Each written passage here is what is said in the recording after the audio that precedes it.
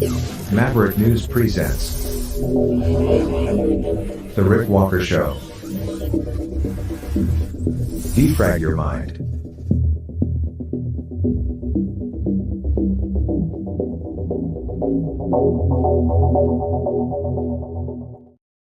Good evening, everyone. I'm Rick Walker. Welcome back to the Maverick News Channel. Hello, Maverick family.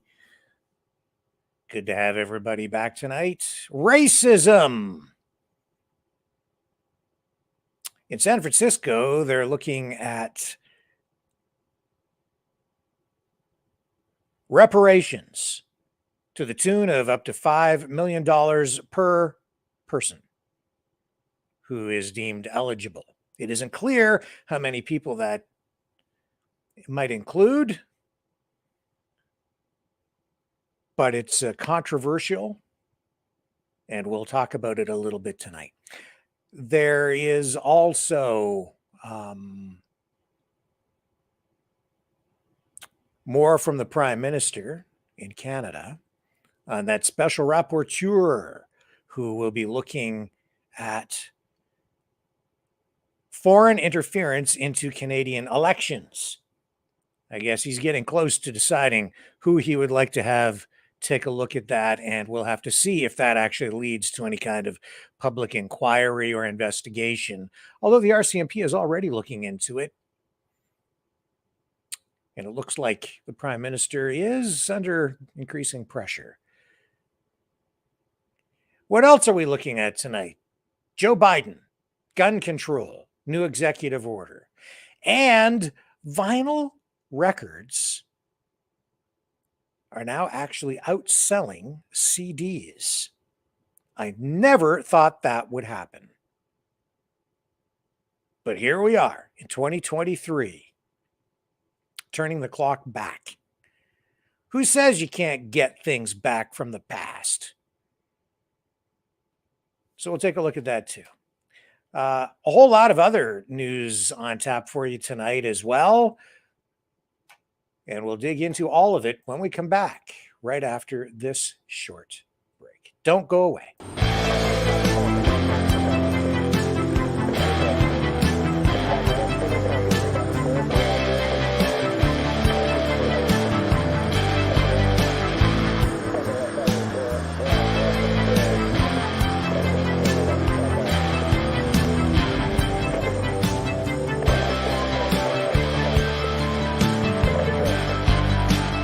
Maverick News. Fighting for freedom.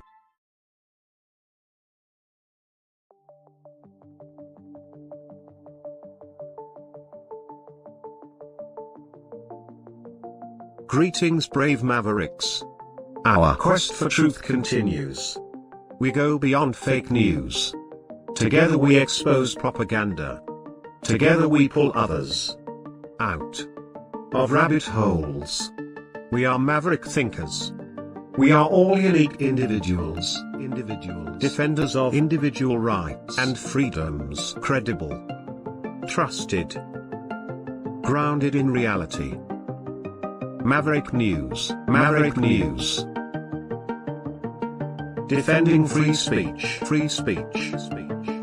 Donate at freedomreporters.com. Do it now. Tomorrow may be too late. Maverick News. The world is watching.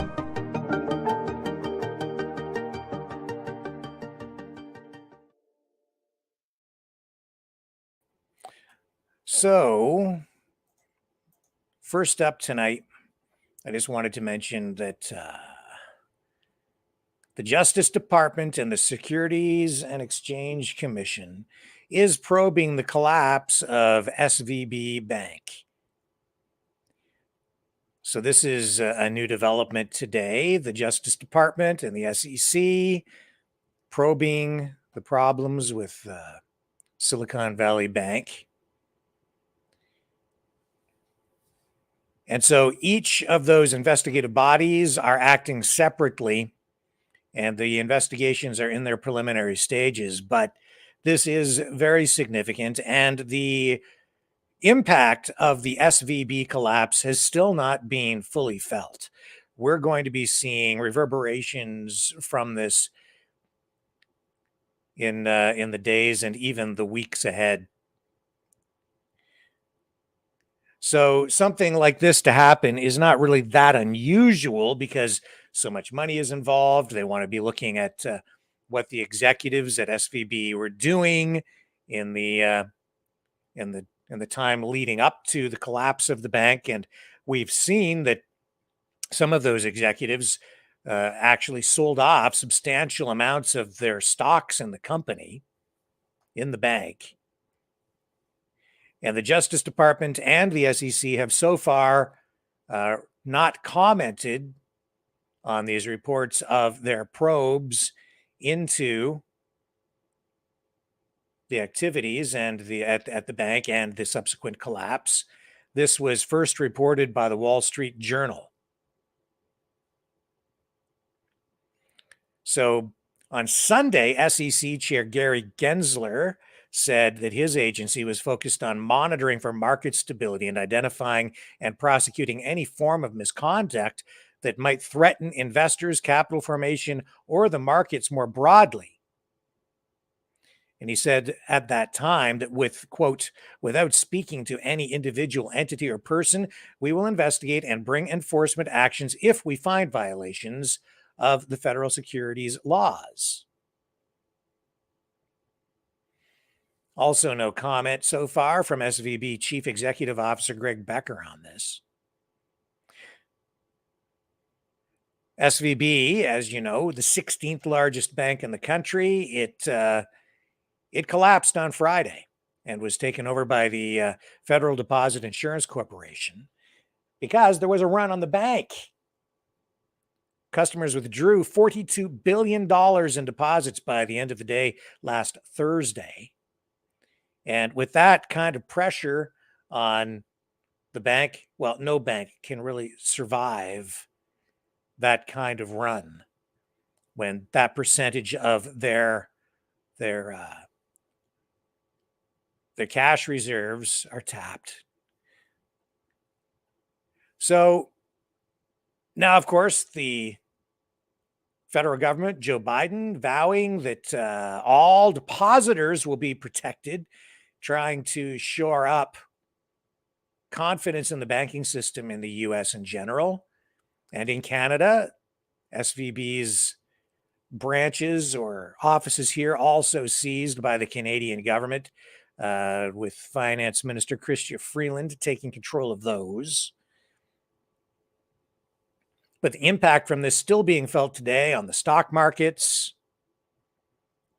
And it is not clear even now if stability can fully be restored to the system or if this will result in much wider impacts to the economy. And I think we are looking at exactly that, much wider impacts on the economy. I think to a large degree that's inevitable.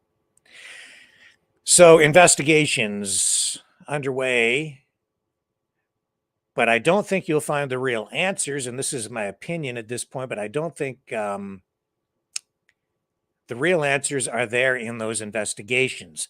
This is a witch hunt in a way. Now, some of those executives clearly need to be held accountable for their actions, for their mismanagement of the bank. But as I pointed out last night, those guys were really doing what they were told to do, what the market conditions were dictating to them, what government was dictating to them, and even some of their investors, honestly, because SVB was woke, politically correct. Their hiring practices, woke. Their approach to everything, woke.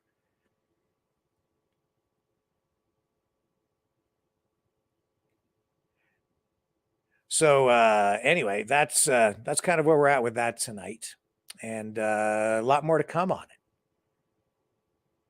And I think it's all tied into just an overall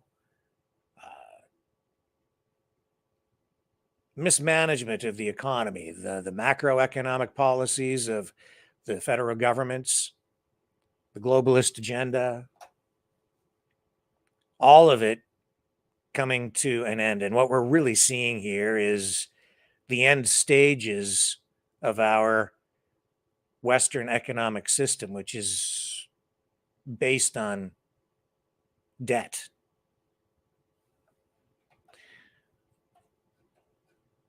So a lot more to come on that front. Hold on to your wallets. Prepare yourself. Don't wait. Prepare for the worst and hope for the best. That's my advice. Not that I'm telling you how to invest your money or exactly what to do. Get your investment advice from a professional financial advisor. That's not me. I'm not here to give people advice. I'm just here to comment and provide the news. And that's what I'm doing tonight. But I'm going to do my best to prepare for the worst. Also tonight, Joe Biden on gun control, a new executive order. Let's pick up his speech now. Here we go. Good afternoon. Thank you. Thank you. Please have a seat if you have one.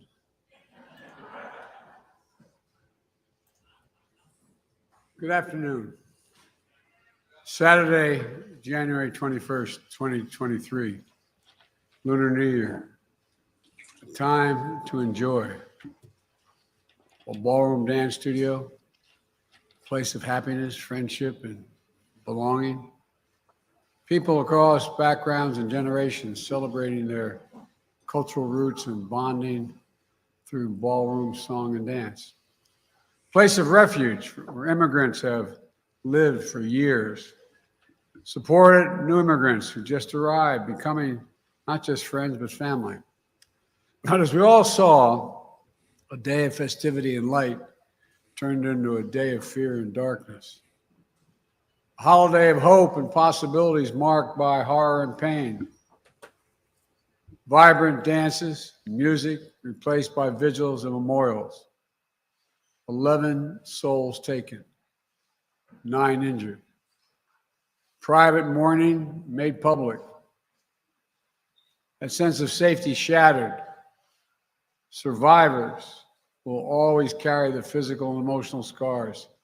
Families left behind who will never be the same. One of the worst mass shootings in California history. A tragedy that has pierced the soul of this nation here in Monterey Park, the San Gabriel Valley, the heart of the Asian American community.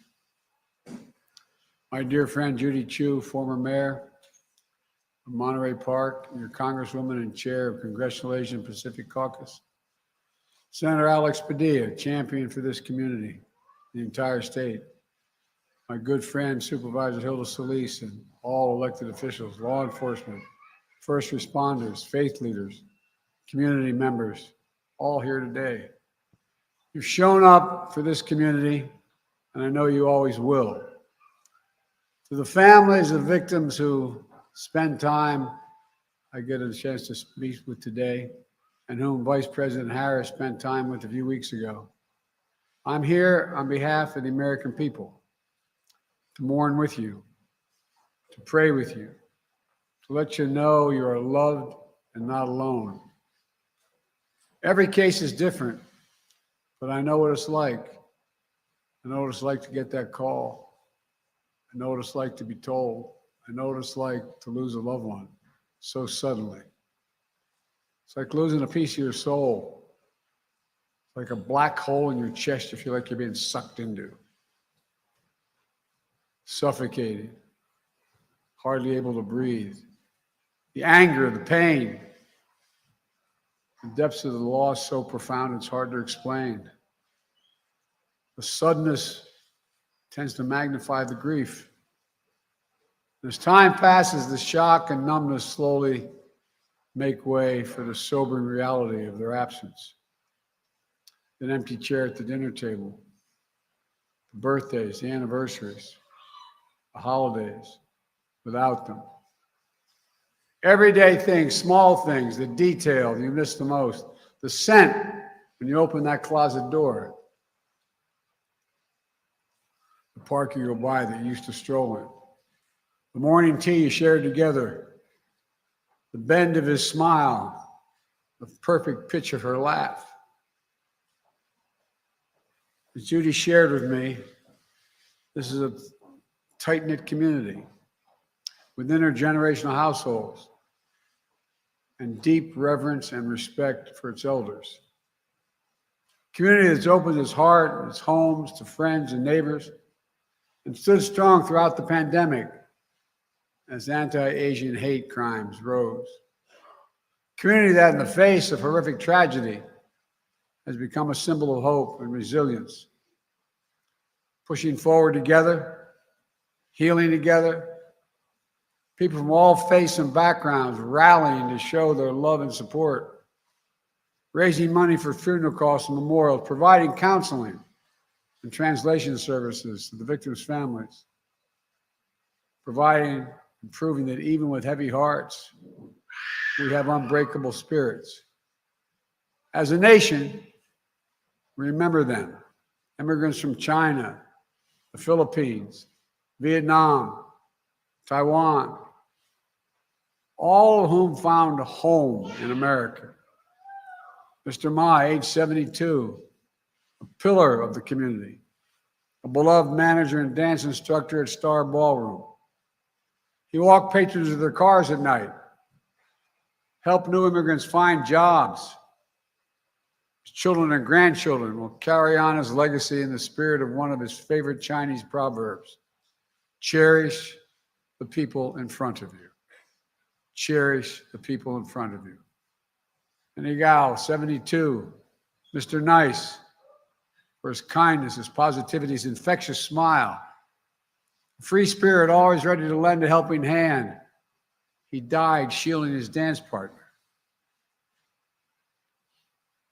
Shoju on you, 57, devoted mom, wife, sister, woman of faith, always there to help others, bringing food and newspapers to family members who had trouble walking. Always working tirelessly with her husband to build a future for their 3 children. Nancy Jian, 62, known as Sister Sunshine. She loved to play cards, piano, and the weekly volleyball game. Always sharing her homegrown plants and vegetables with neighbors and friends. Dedicated mom, married nearly 40 years. Husband and wife who were always together, even in their last dance. Valentino Alvaro, 68 years old, servant of God, life of the party, storyteller, who made the whole room laugh, a man devoted to his children and his grandchildren. May Manon, 65, the bedrock of her family and friends, eternal optimist, avid dancer who'd visit the studio every weekend, often leaving snacks behind for her classmates. She radiated positive energy through her laughter, her kind words, and her smile. Moy Dayan, 67, refugee, community builder, cherished friend, known for her kindness, her sweetness, her generosity. His family's own dance studio, just 2 miles away, pointing a gun at him of heroism.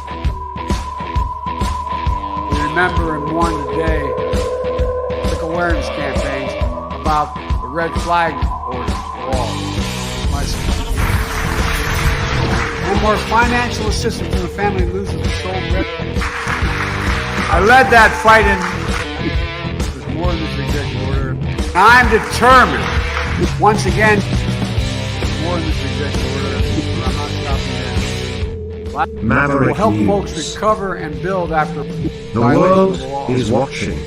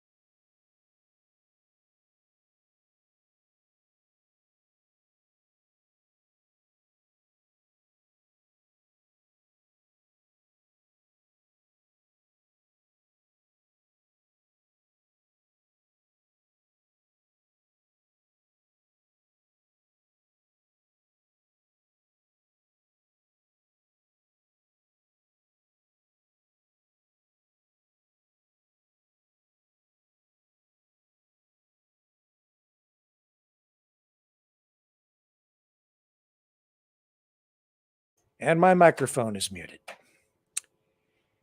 My apologies. I have to tell you, folks, I'm not fully prepared to do this broadcast tonight because my house and my studio have been completely torn apart.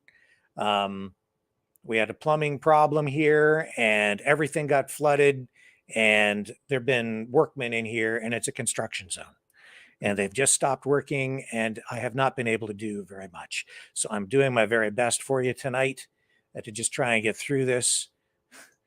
I do have stuff lined up, and we're going to talk about these things, but I wanted to pull out of that Biden speech because what he's really doing there is putting a human spin on his story and his legislation. It's a technique that's used to generate an emotional response to what he's trying to achieve and what he's trying to sell to you, which is more gun control. And so tonight, what he has done, today, he has signed an executive order which increases background checks to buy guns, and he thinks to promote more secure firearm storage and ensure that police and law enforcement agencies are better able to access and make use of bipartisan gun control, a gun control law, which was enacted last summer. So he went to Los Angeles, to that community where you see him speaking, and he's talking about a mass shooting there, which involved some 20 people, and 11 people were killed in that incident. And he is telling you about the victims, because each of them being a human being, an individual, he wants you to be able to relate to that so that you understand the human element of this story. We'll go back to a little bit more of his speech now. That way, policymakers can strengthen laws to crack down on those illegal gun dealers, and the public can avoid purchasing from them. Third, the executive order improves federal coordination to support victims, survivors, and their families and communities affected by mass shootings. The same way FEMA responds to your natural disaster in California and all around the nation, and it will help folks recover and build after folks recover and build after wildfires and superstorms and droughts. For example, we need to provide more mental health support and grief and trauma, and more financial assistance when a family loses the sole breadwinner or when a small business shuts down due to a lengthy shooting investigation. There's more in this executive order, but I'm not stopping there. Last week, I laid out in my budget that we invest more in safer communities and expand access to mental health services for those affected by gun violence. Congressional Republicans should pass my budget instead of calling for cuts in these services or defunding the police or abolishing the FBI, as we hear from our MAGA Republican friends. But let's be clear, none of this absolves Congress the responsibility from the responsibility of acting to pass universal background checks, eliminate gun manufacturers' immunity from liability. And I'm determined, once again, to ban assault weapons and high-capacity magazines.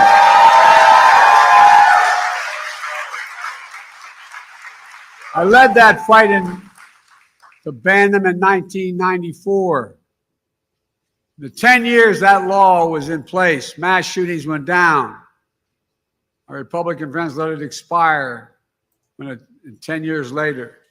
And mass shootings tripled since then, tripled. So let's finish the job. Ban assault weapons, ban them again, do it now. Enough, do something big. Folks, let me close with this. Scripture says, the Lord is near to the brokenhearted and saves the crushed in spirit. A lot of us have been there. As you gather here today, I know your hearts are broken, but I know your spirits are strong. And as you remember and heal, I know the light of your loved one is once again going to lead you forward. It takes time. I tell everyone, at least it did with me, it takes time. But I promise you, the day will come when the memory of your loved one brings a smile to your lips before it brings a tear to your eye. Tear will never fully go away. But when you had that smile first remembrance, that's when you know. That's when you know you're going to make it. You're going to know you're going to make it. My prayer for all of you is that day will come sooner than later, but I promise you, it will come. God bless you all. I admire you so damn much.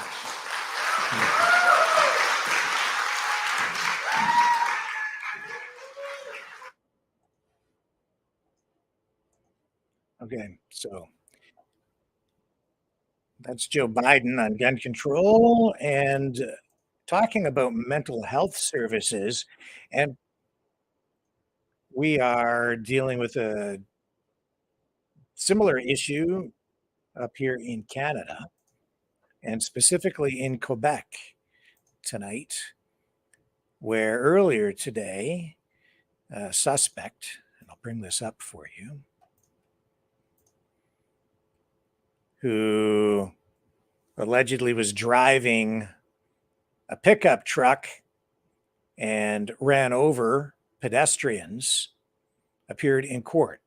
38-year-old Steve Gagnon, and there's an image of him right there,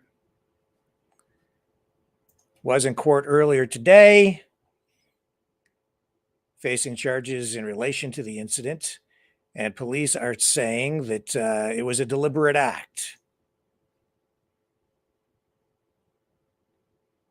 So he appeared in court dressed like this, in a t-shirt with glasses,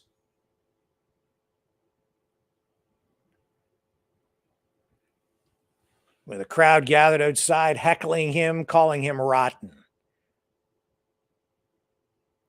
So the police investigation is continuing, and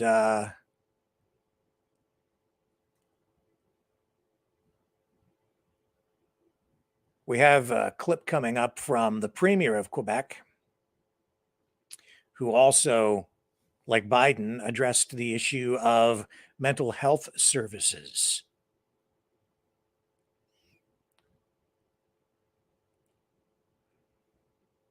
So let's go to that clip now of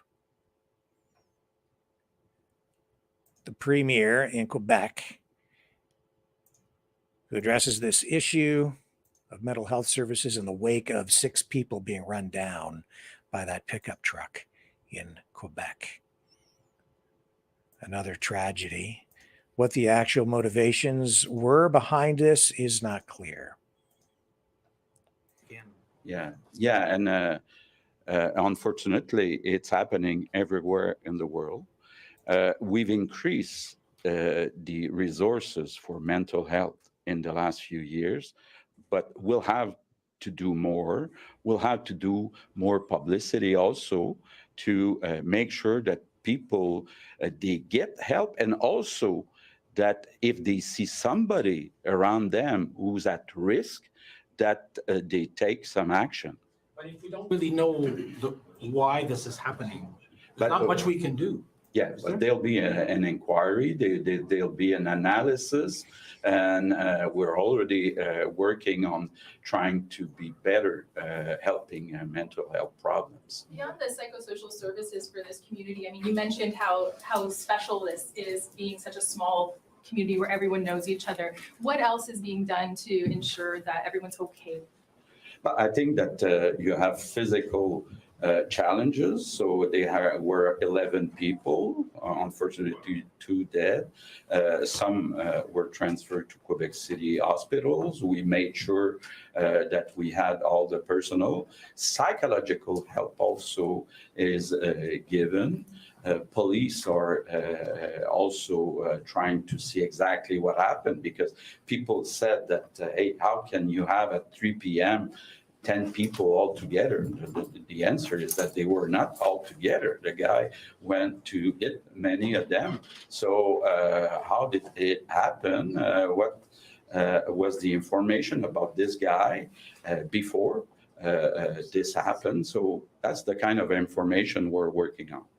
In terms of mental health services, Mr. Premier, you mentioned we have to do more. Some members of the opposition said we could even go as far as doing a parliamentary commission looking into mental health services and what's needed in Quebec. Is that something that you'd be open to doing? But I'm open to constructive suggestions. But right now, one of the big challenges we have is to find more psychological people, trained ones. And it takes many years to train them. And I think there's no magic solution. So I don't think that a commission would find concrete solutions. And if they have concrete proposals, I would like to hear them. Just a word on the SAQ, please, in English. SAQ, but I think that clearly there was a bad planning. You cannot close offices for 3 weeks and expect that when you reopen them, that everything will be fine. So that's the Premier, Francois Legault, in Quebec, addressing questions about the incident involving that truck driver where 2 people were killed, 9 others injured, 11 in total. And mental health being addressed as a paramount issue. We've seen incidents like this in other places, including in London, Ontario, but there they automatically went to racially motivated because of the nature of that particular incident and the circumstances surrounding that. But in this case, they're handling it differently. The focus seems to be different. We'll see where it all leads. So, what else do we have for you tonight? Well, we're going to go to a report from Patrick Lancaster, who has this special report from Donetsk, where the fighting has intensified in the Ukraine conflict. I'm just going to let a little bit of this roll because Patrick is doing incredible work there, and I'd just like to highlight what he is reporting on tonight. Son of a bitch. Oh, we can hear the shrapnel coming down now.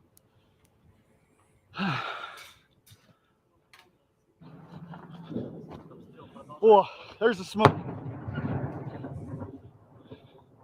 Obviously, that's incoming shelling from Ukrainian positions in Mariinka here on Alexandrovka, landing very close to us.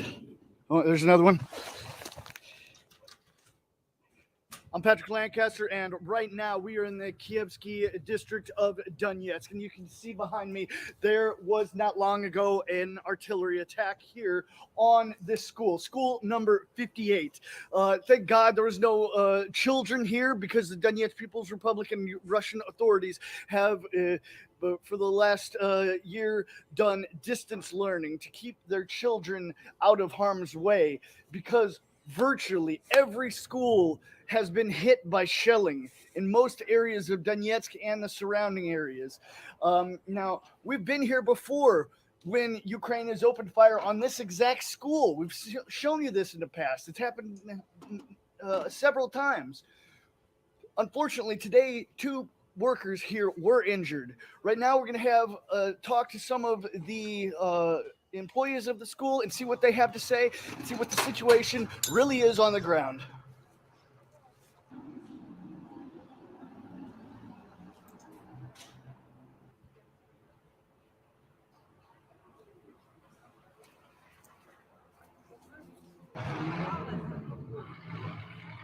Оно со всех, все 4 этажа задействовано. Да? Да. И so 2 прилет был, 2 да? прилета И было. именно где они был? Они были в воздухе, вот здесь. Мы не видели, мы услышали. Ага.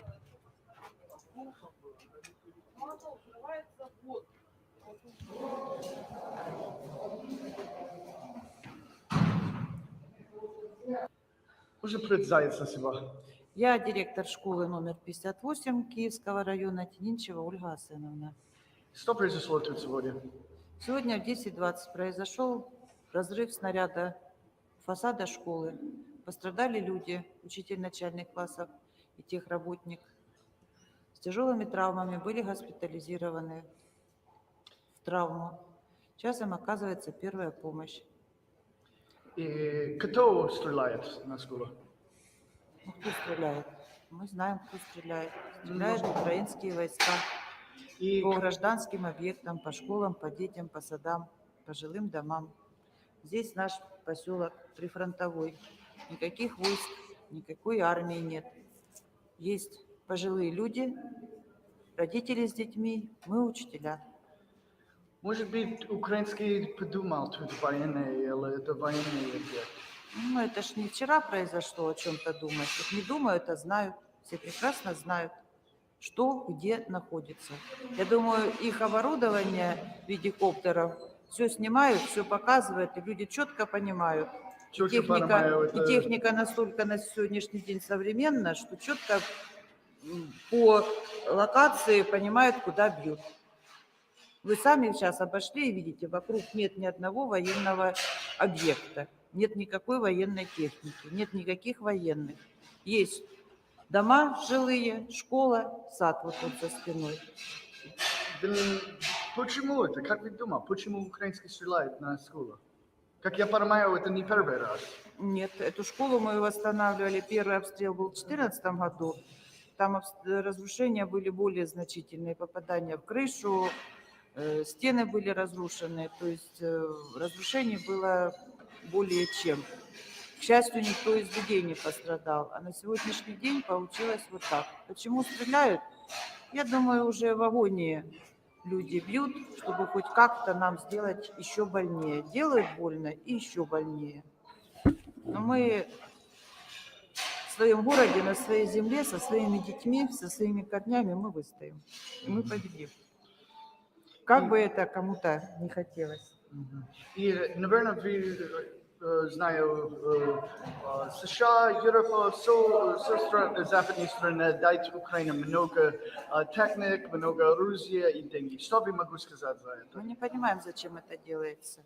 Вот честно, мы гражданские люди, мы не понимаем, для чего это делается. Кому это выгодно уничтожать просто народ. Народ просто уничтожают. И общее, почему это война сейчас? Почему это война 9 лет без уже? Наверное, тот, кто ее начал с Соединенных Штатов Европы, им лучше знать. Я думаю, скорее бизнес, ничего личного. Борьба за территории, борьба за недра, борьба за землю. А люди никому не нужны. Людей нужно до последнего украинца, так ставят вопрос, воевать. Вот сейчас и бьются до последнего. Вот когда всех добьют, ну как-то так. США и Европа, они сказали, это все русские агрессии. И это потому, что война. Все виновата Россия и Россия агрессия. Россия защищает нас и свои земли, наши земли. Россия нас защищает. И мы на сегодняшний день часть этой России, и мы гордимся этим. Мы были этой Россией, и есть эта Россия. И тот, кто хочет нас уничтожить, у них свои интересы. А у нас интересы защитить свой народ и свои земли, и своих детей. Когда нам задают вопрос, почему мы до сих пор не уехали, потому что у нас тут дети, за которых мы в ответе. Мы их учим, воспитываем, охраняем. А выехать очень непросто. Выехать. Куда выехать? Бросить все? Стариков бросить, родителей.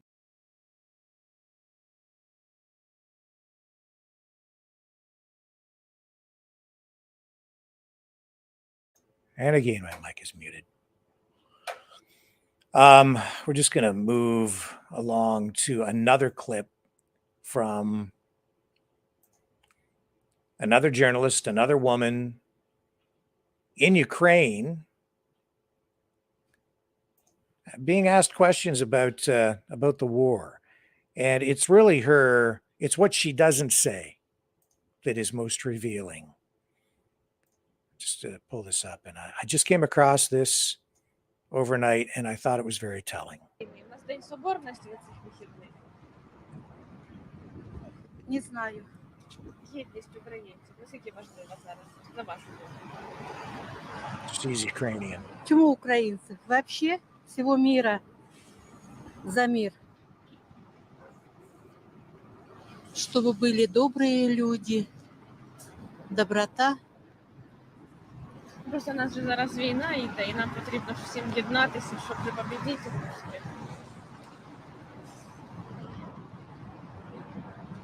Що ви думаєте?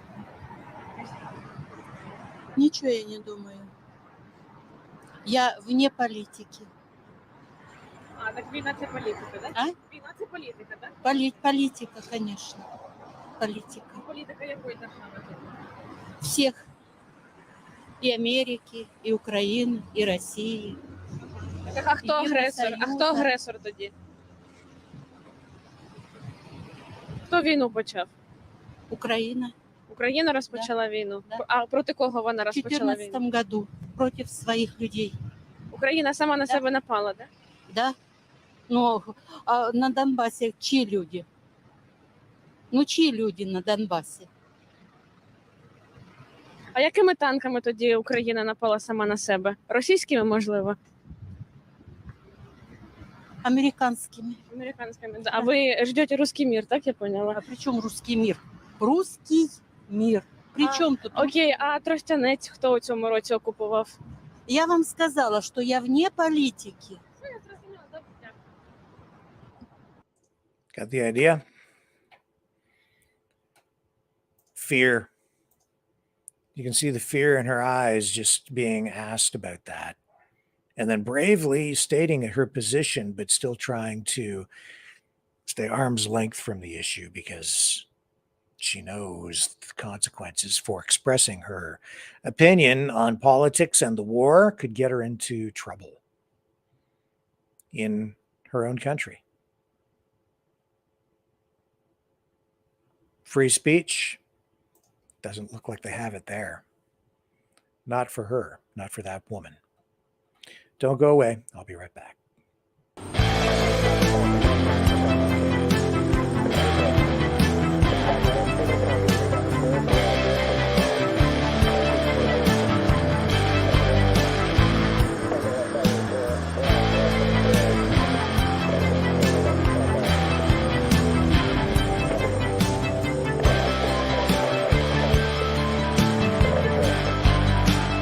Maverick News.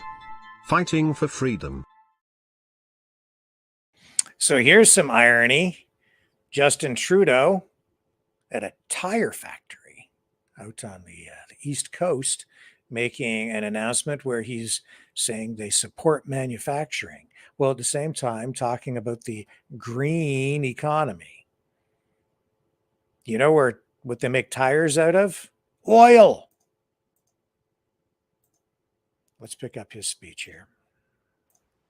Is grounded in those things because every jurisdiction would be willing to invest to draw in a larger plant and more jobs. You are the competitive advantage that Canada has. The quality of the work that is done here and in plants like it across the country is the one thing that continues to be the strongest selling point as we're drawing in investments from around the world to come to Canada to build the solutions that not just Canada, but the world is going to need for the future.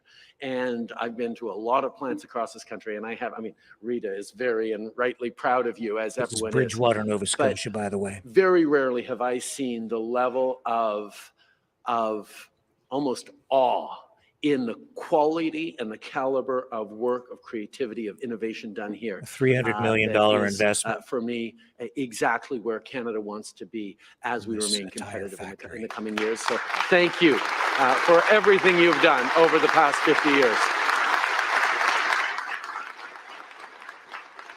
I obviously want to thank Andrew, the CEO of Michelin Canada, Rita here at the plant, and everyone for having us here at this Michelin plant in Bridgewater. Happy to be here with Sean, Francois Philippe, Cody, Alina, and Darren. And it's really good to be here with Premier Houston. We have worked together on so many files about creating opportunities and growth for Nova Scotians, building a greener economy that continues to deliver great jobs for people as we continue to welcome in people from across the country and around the world who just love it here in Nova Scotia and want to keep living here and raise their families here. It's always great to work with you, Tim. And I'm really, really pleased to be here, of course, with Mayor Mitchell as well, who I have to tell you, you guys probably all know this being local, but David is extraordinarily thoughtful and passionate about growing Bridgewater, and the vision that he and the council have had that has led to this happening has been a huge part of the success we're celebrating here today. So thank you, David, for all your leadership on this.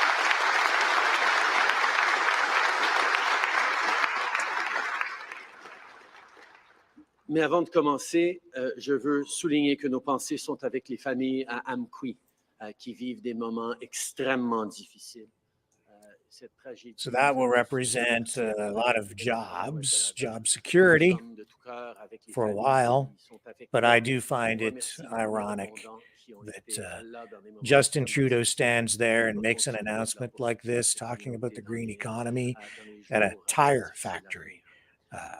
But it's great to be back here in Nova Scotia to talk about jobs and our work to build a strong economy right across Canada. More specifically, it's great to be here in Bridgewater today.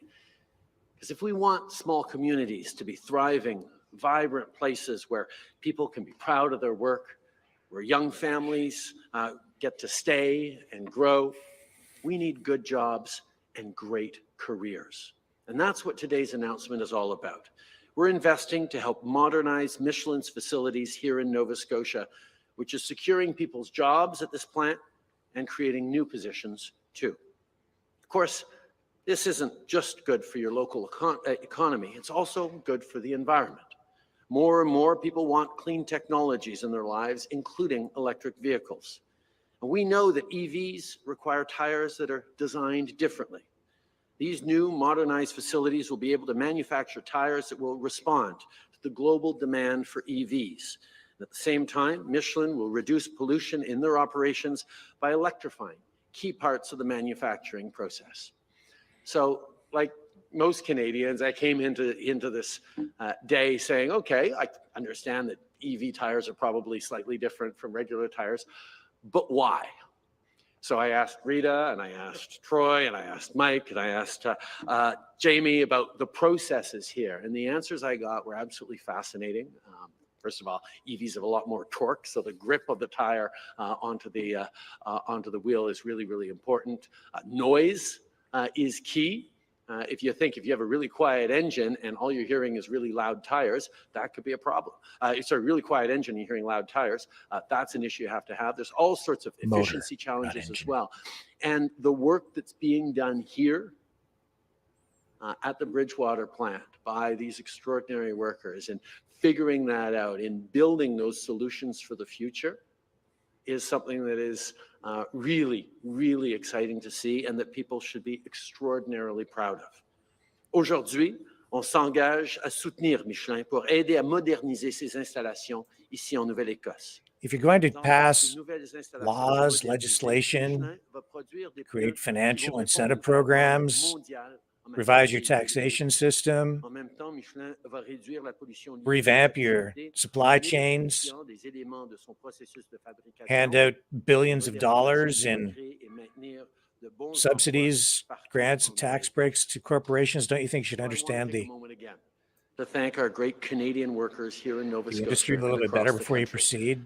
Like I said, it's because of you that companies like Michelin continue to invest in Canada. It's because of you that we're able to build a clean tech ecosystem here and right across the country, with lithium from Alberta, rare earth elements from the north, nickel from Labrador and Northern Ontario, clean steel from Hamilton, clean aluminum from Quebec.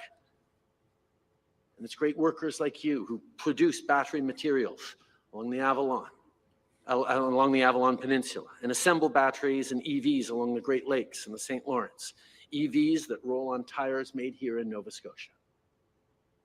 8 years ago, when we first got elected, we talked about climate change. And I know for Canadians, the environment matters deeply, but the fight against climate change for decades was always put in the context of, oh, well, you can either protect the environment or you can grow the economy. You can't do both together.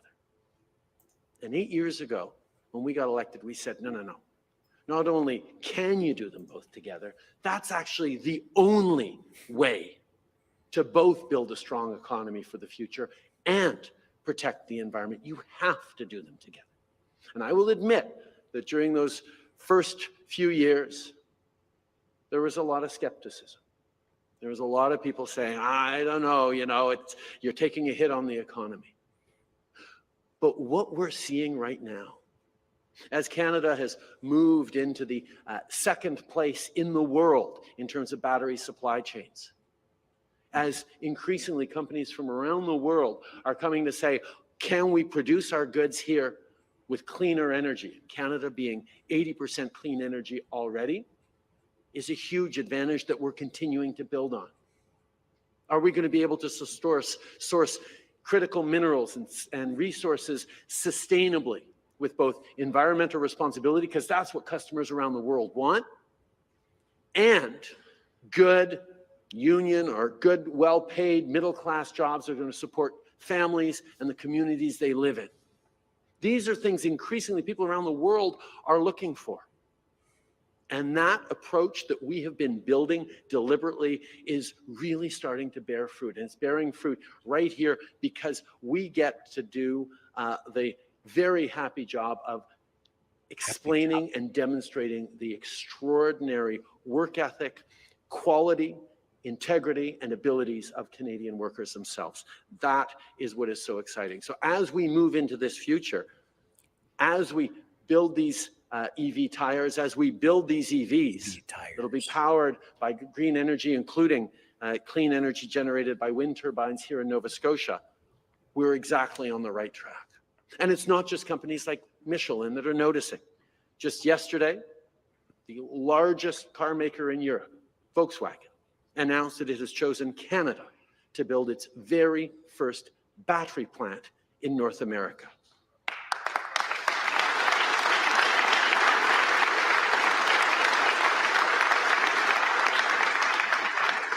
François Philippe and I and many others worked really hard to attract this major investment. It's Europe's largest automaker, and it's a major investment also in a very small community of St. Thomas, Ontario. With our highly skilled workforce, our clean energy, our abundance of critical minerals, and our access to markets, Canada will continue to be an attractive investment destination with everything companies need to grow. Que ce soit pour les minéraux critiques, la fabrication de véhicules électriques ou d'autres domaines. So I know that some people focus on the ownership or partial ownership of a refinery out on the East Coast that the Trudeau family has an interest in.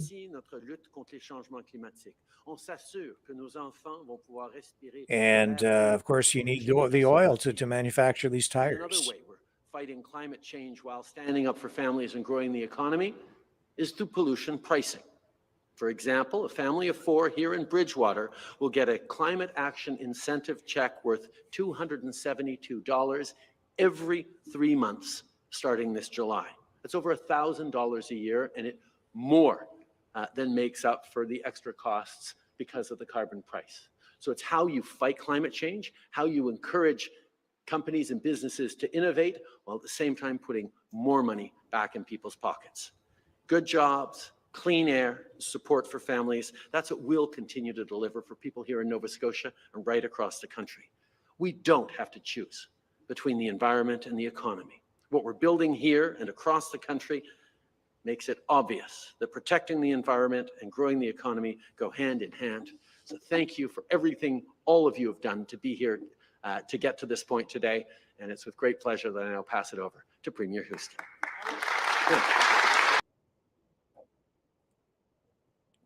So you've got the idea. More government money being pumped into a factory, money going to a major multinational corporation, Michelin, so they can manufacture tires and they put a green spin on it, but they're still manufacturing tires. And they can talk about the electrification of the factory and try to sugarcoat it any way they want and put, like I say, a green spin on it. But the reality is they're manufacturing tires made from oil. They have the same issues facing the industry that they always have. Those tires have to be recycled. And used tires are a giant environmental issue. I don't personally have an issue myself with tire manufacturing. I think there are a lot of different ways to use used tires, and automobiles in general are much more environmentally friendly than people realize because they are generally one of the original recyclable products. Almost everything, virtually everything on an automobile is recycled and has been from the very beginning, including the tires. Sometimes they're not responsibly handled, but they can be chopped up, used in roads, all kinds of different consumer products. The rubber actually has value. There's a place right here in my hometown where they turn old tires into roofing shingles. So there are a lot of different things that can be done with them and are done with them. But there really isn't, I don't think, that much different. And maybe, they do have some new technologies they're employing at that factory out on the East Coast that green it up a little bit. But overall, I don't personally. I think it's virtue signaling is what it is. And finding justification for the injection of that money. More government money. Everything. Every time a factory does anything in this country, there's a giant government handout. It's corporate welfare across the board. Everybody has their hands out. Everybody's getting something from the government, all the way up and down. And then you wonder why we have no freedom. Because the bigger the state, the smaller the citizen. The more they give you for free, the more they control you. And it's a huge advantage to a company like Michelin because when they get that government handout, their competitors are pushes their competitors back on their heels. And it's a huge barrier to entry into the industry for any other startup company. You want to get into the business of manufacturing tires? Good luck. You're going to have to buy your way in. You're going to need the money up front. And then you're going to be standing in line with your handout too, just to remain competitive. It's a rough game. And it isn't really balanced. The government in these situations gets to pick winners and losers. And when they pick wrong, the economy suffers. When they pick right, well, that doesn't happen very often. It just increases inefficiencies in many respects because the market forces are all skewed. And Volkswagen coming to St. Thomas, Ontario, again, a massive injection of government money to make that all come together. That's not just Volkswagen picking St. Thomas, by throwing a dart at a map. That's them picking St. Thomas, Ontario. First of all, because it is strategically located. Secondly, because there's skilled workforce there. But probably most importantly, because the government is giving them a whole bunch of free money, incentivizing them to go there. It's the way it works. That's what's going on. Back to the struggle, the conflict between NATO, the United States, and Russia through Ukraine. A U.S. drone was intercepted by a Russian fighter jet. And this has escalated tensions. The United States, Washington making a big deal out of this. So it was a Russian Su-27 fighter jet. It intercepted and struck the propeller of a U.S. military MQ-9 Reaper surveillance drone. As a result, that drone crashed into the Black Sea.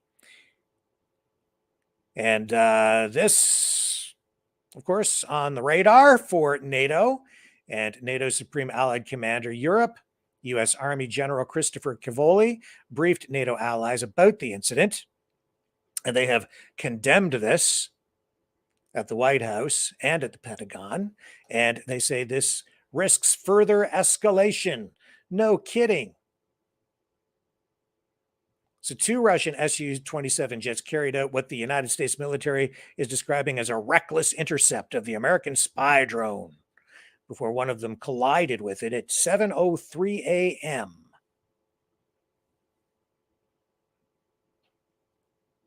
So I guess several times before the collision, according to information released by the United States, the Russian fighter jets dumped fuel on the MQ-9, possibly trying to blind or damage it, according to U.S. officials. And they flew in front of the unmanned drone in unsafe maneuvers. It's a war. I don't know why you would try to do something safely when you're at war and you have a surveillance drone that you'd probably like to see go down anyway. So the United States making a big deal out of this. They're saying this could lead to more escalation. I don't know how much more escalation you're going to get unless they send in U.S. and Canadian forces and put boots on the ground there to back up the dwindling Ukrainian forces. Or if we go nuclear, how much more escalation can we get? The whole thing is out of control as it is. And this, honestly, this is just saber rattling by the United States. Nothing will come of this. This is a drone. We have people dying over there. That's more concerning than this stupid drone. Human lives are more important than a drone. And if the United States wants to escalate things beyond where we've escalated to over a drone, it should really tell you something. Their priorities are not straight, and they are, and this is my opinion, they're insane. These people are playing with guns. Well, the president stands there tonight and talks about gun control domestically. And then we send billions and billions and billions of dollars over to Ukraine, along with weapons to kill people. And then they get upset about a drone. It's just window dressing. It's just something to talk about to get people jacked up and manufacture ongoing consent for a war that I think is really getting to a point where public support for it is diminishing. And I'm pretty sure if you look at where if this thing continues for another 6 months or a year, you'll see public support for it dropping and dropping. And I don't think that the support for it publicly through the public is even where it was a year ago. People are slowly becoming more and more aware of what the circumstances surrounding this war really are. A lot of people don't pay attention. That's a problem. But the word is getting out, and I think that the push for peace is gaining momentum. Don't go away. I'll be back as soon as I queue up some more clips after this.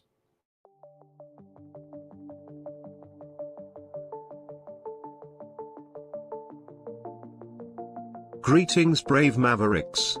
Our quest for truth continues. We go beyond fake news. Together we expose propaganda. Together we pull others out of rabbit holes. We are maverick thinkers. We are all unique individuals, defenders of individual rights and freedoms, credible, trusted, grounded in reality. Maverick News, Maverick News. Defending free speech, Donate at freedomreporters.com. Do it now. Tomorrow may be too late. Maverick News. The world is watching.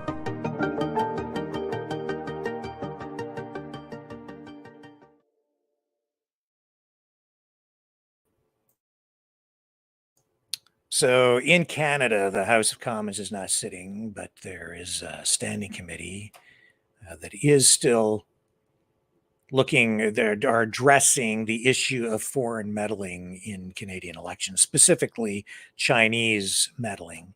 And there is growing evidence of Chinese money that was flowing to certain politicians in this country. And that it's getting to the point where it's undeniable that it has been happening. The degree to which still remains to be seen, but we're talking about tens of thousands in some cases, and even hundreds of thousands of dollars distributed to a number of politicians to bolster campaigns. And there's even a paper trail going back to 2015, 2016, 2015, 2016 to Justin Trudeau's campaign that is being looked at. We showed you some of those donations coming from outside his riding, specifically from British Columbia and the Vancouver area, where a lot of people on those lists, on the list, we showed you 4 pages of them, had Chinese names or names that appear to be Chinese. And now further investigation is showing that some of those people do have ties back to China, and it appears that some of them have various political affiliations that are raising some eyebrows. So we'll see where those investigations lead. But today, while out in Nova Scotia, the Prime Minister did indicate that he'll be appointing or naming that special rapporteur to look into this very soon. So this is a week now after committing to name that new special rapporteur to take on assessing the allegations of federal election interference by China and the issue of foreign meddling in general. And he says that he should name that person to tackle that job at least within the next week. And I won't go back to his address there in Nova Scotia, but while there today, he did say that he, quote, "We know how important it is for Canadians to have confidence in our system and to have the right independent expert, reassuring of that. Because this is not about what one political party says or another," Trudeau said. "It's about making sure that experts are stepping up to reinforce the integrity of our democratic processes. We are working to appoint that special rapporteur, that special independent expert, in the coming days or week. We're working extremely quickly on that." Blah, blah, blah, blah, blah. So as I've said, I think that a lot of what he has done here is he's, instead of just agreeing to proceed with an inquiry to look into the issue of foreign meddling in Canadian elections, which is what the opposition parties want, and I think the Canadian public wants it. He's trying to delay and confuse. He's trying to make it look like he's actually doing something when he's really doing nothing. He's hoping that by talking about appointing a rapporteur to look at the issue to determine if there should be an inquiry, it looks like he's actually taking action, when in fact, he's just adding a step in the process and not really taking a direct approach to dealing with the issue. However, the RCMP is investigating. There's another investigation going on, and that may lead to something that casts new light on this as well. I think he will ultimately have to give in, cave to the pressure, and proceed with some sort of inquiry, because this is sticking to him. This is an issue that is beginning to erode the Teflon that seems to have covered him, the mainstream media bought and paid for with his grants, millions and millions of dollars going into mainstream media companies, not having the shielding effect that it has up to this point. I think this might actually mean that we're not going to get that spring election. I think he'll have to wait. I think, as I've said before, he wanted to call a spring election because he knew the economy was in trouble. That's why he was looking at it. And we know the other opposition parties were hearing about it. They've been preparing for it. They've been going so far as to start to line up candidates in ridings across the country in preparation for this. But I think it'll be delayed now because of this. This will hurt Trudeau, even though other politicians from other parties might even be wrapped up in this, because the Chinese approach is not to be militarily aggressive. It's to take kind of a business approach to this in a way. They refer to these offices that the Chinese have been setting up in Canada as police stations, Chinese police stations. That may be an accurate description, but they're really set up with a front of like a business front to them. And ultimately what the Chinese are doing here in order to exert influence or inject their influence into the political system is to basically send, like, and I'm not directing this at any specific politician or any executive with any specific company or any administrator or any individual. But the approach that the Chinese take, I think, is more business-like, almost like organized crime. They go in, they target people who have influence that they think they can have sway over, and they offer them something, sometimes money, support for their campaigns. Here's financial incentive to do what we want you to do. And they don't just do it with individual politicians. They'll do it with institutions, with organizations, with companies, where they'll invest or give grants to universities. And when you do that, then you have influence over curriculum, what they teach. So that's kind of the approach. And, you know, that same approach, I think, is really paying off internationally for them because they're doing the same thing in a way. Well, the point is, as I said last night, they have just brokered this peace deal between Saudi Arabia and Iran. And they've been on the forefront of negotiating or suggesting or proposing peace between Ukraine and Russia, not the United States. And they've done this without setting up military bases in a lot of these other countries like the United States has. Their approach is different. They've kind of gone in and they've said, hey, instead of doing this, why don't we do some business? In a lot of ways, I would say China is more capitalistic than the United States and Canada is. They're more free market than the West is today. That's why you're seeing all the manufacturing happening over there, the massive advances in technology, and you're seeing the rise of China as a mediator, as a leader on the world stage when it comes to having influence over even international conflicts and wars, replacing the United States in that role. Because Biden is such a weak leader, because they've destroyed the economy, they have been chopping people off at the knees.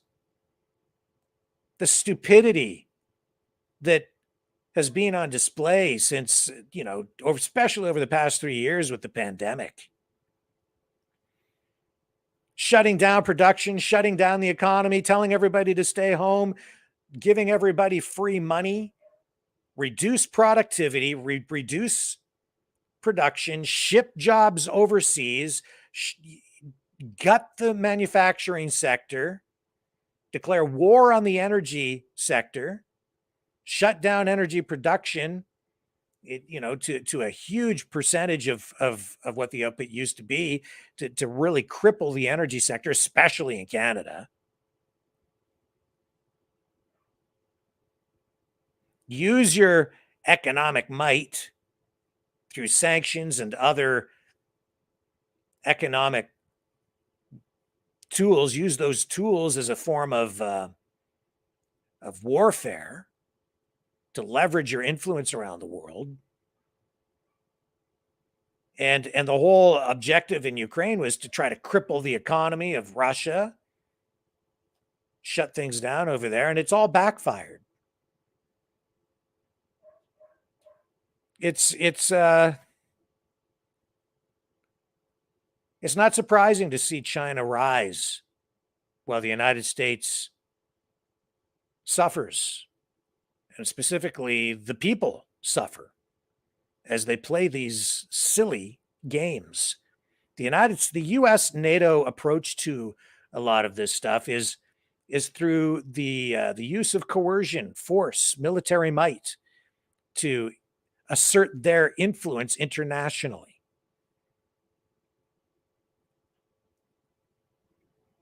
Sort of doing exactly what they accuse the other side of doing, the Chinese, the Russians.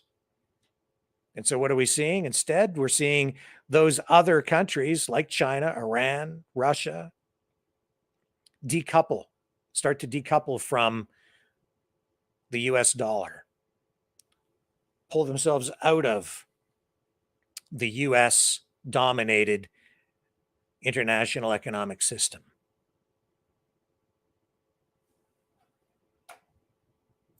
And I think that we'll see more of this. And that's also largely what I think this war in Ukraine is about. It's about economics. The United States being at a stage where we could be seeing the end of U.S. dominance on the stage internationally, in terms of its economic might. That's what this conflict is about. Anytime you see countries squaring off like this, or dynasties, or empires squaring off against each other to determine who's going to control the world economy, inevitably you're going to get, and we are seeing that we're getting, kinetic warfare. So hold on to your wallets, because this, like I said before, it's just getting started. And these banks collapsing, the economic stress that we're seeing, this is just the beginning, man. And it's people, average, ordinary, everyday, ordinary people who end up suffering because we're the cannon fodder. Don't go away.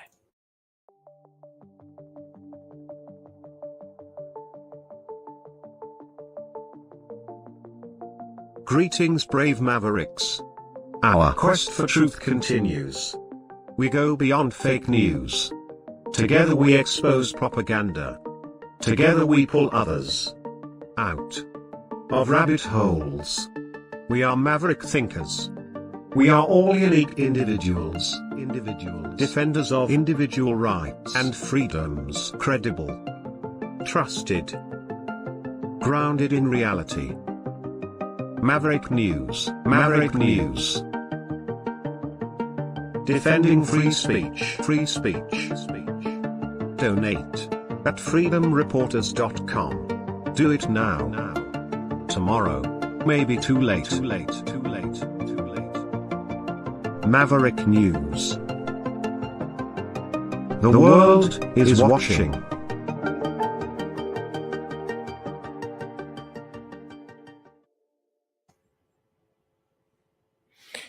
You know, it's really, for me, and I am editorializing here, but it's infuriating to even sit here and talk about what they have done to the economy, what they've done to people. I really started to think about this overnight because Leo, Mouth of the South, sent me a video that he shot during the early days of the pandemic. I don't know if he sent it to me or if it just popped up in my feed, but this is an older video. Remember during the early stages of the pandemic, the really early stages when COVID hit and everybody went crazy and they started buying up all the toilet paper? I mean, they were screwing with everybody's minds. They still are. The public in general is being manipulated psychologically. On all sides, by the way, it's not just the government. There are people out there with political motivations that are manipulating people psychologically. There's no question about it. And the whole COVID pandemic thing, it was the greatest mind, you know what, in history. And people's memories are short. The public is fickle. People sort of forget about things, even within days, sometimes, just a few weeks, it'll just be thrown to the back of someone's mind, But seeing this video, it was a harsh reminder of where we've been over the past 3 years. So talking about the battle for currency dominance in international markets and which country will have the reserve currency for the world, which right now is the US dollar. Those are the macro issues. Then it comes down to toilet paper, fighting over toilet paper. And I think about what they've done to the economy, what they did over the past 3 years. It really is, in many respects, I think it is criminal what they've done to people. Forcing people to stay at home, shutting businesses down, especially small businesses, while big box stores were allowed to stay open. The rules were not applied evenly. They said they were following the science when clearly they were not following the science on issues like how many people could they stuff into a Costco or a Walmart. The information that went out to the general public over the past 3 years just drove people insane to the point where they rushed to the supermarkets or the Walmarts or the Costcos to buy up all the toilet paper in sight. And why? It didn't even make sense. At the time, there was no indication that there was like production shutting down of like toilet paper. And it wasn't like we couldn't get the raw materials because they were still operating the pulp and paper mills. It honestly didn't make sense. But somehow the message went out to people. I don't know how, whether it was mainstream media or social media, a combination of both. I don't know. But people lost their freaking minds. And they started buying up toilet paper. And things just went downhill after that. Really, I mean, the toilet paper crisis ended after a little while. But other things got a whole lot worse. Masks, fighting in stores, police arresting kids on ice skating rinks. In Toronto, they put up fences around trees and parks so that no one could touch them because you might get COVID from a tree. They shut down beaches. You weren't allowed to walk on a beach. Even if you were by yourself, they'd arrest you for taking a stroll down a beach by yourself. Couldn't see loved ones who were passing away. In New York, the governor, Mr. Cuomo, had hospital ships supplied to him by President Trump, but instead of making use of those, he stuffed infected people into nursing homes. The result? A lot of people died in those nursing homes. They took the sickest people and put them in the same buildings as the most vulnerable. And then they gave the guy an Emmy. Blows my mind. At the time, I was furious. I could see that that was insane. I could see that it put the most vulnerable people in harm's way, that you were going to definitely end up with a lot of sick people and death. And that is exactly what happened. There's been some review of that, but people have not really been properly held to account for those kinds of actions. And I know, just as a journalist, from covering outbreaks in nursing homes from the past over the years, things like flus, you isolate, you lock places, you lock those facilities down in order to prevent spread, and you restrict who comes in and who goes out. But that doesn't mean you shut down entire communities. That's never been the approach before, but that's kind of what we got. And then worse, because Cuomo put sick people into nursing homes. That was just one example of the insanity. And then the money printing, the free money for people, the creating disincentive to actually go to work, and then actually preventing people from going to work.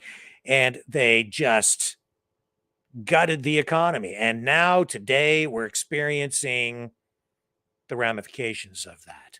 And what's the government response in the US? Well, they're just going to cough up more taxpayer dollars to make sure that depositors are covered for the losses that are there. So again, a government bailout, which is actually a people bailout. It's people, us, bailing ourselves out. And how do they do that? Print more money, add to the inflation. They say they're solving a problem, but what they're really doing is just kicking the can down the road. The question is, can they kick the can any further down the road? Will it work this time? Maybe. Not clear. We have a pretty serious problem. But, this video is from the beginning of the pandemic, from Leo. Make no mistake, what I'm about to show you to remind you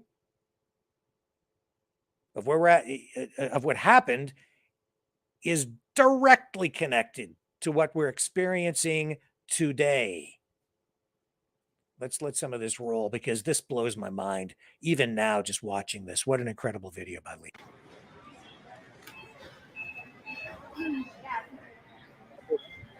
Look at this. Is the checkout at Superstore.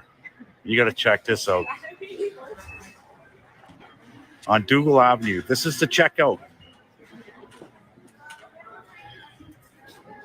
The world's gone mad. Yeah, thumbs up. This is a checkout. No word of a lie.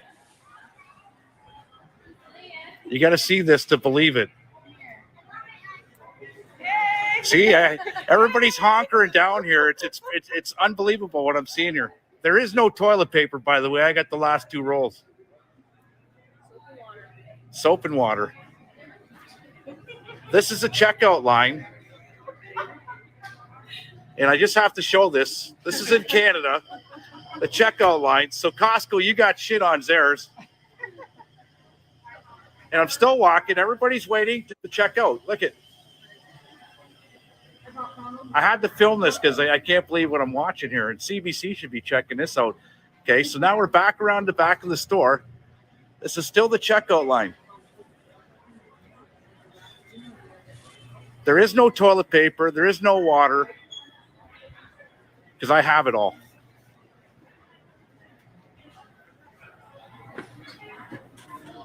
Hi, Anna. And this lineup keeps going. This is everybody's waiting to check out. You want bridge? Grab burgers for me too. And it keeps going around the store. All the way around the store. Toilet paper. Two's there, two's there, two's there. Tell Frank we need some shit tickets down here. Right? There's none. There's none.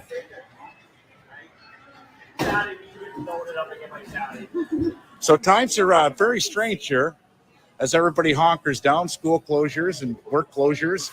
All kinds of things are happening. I'm not feeling that well, especially after seeing this. Try to press your unmute button. Just brutal.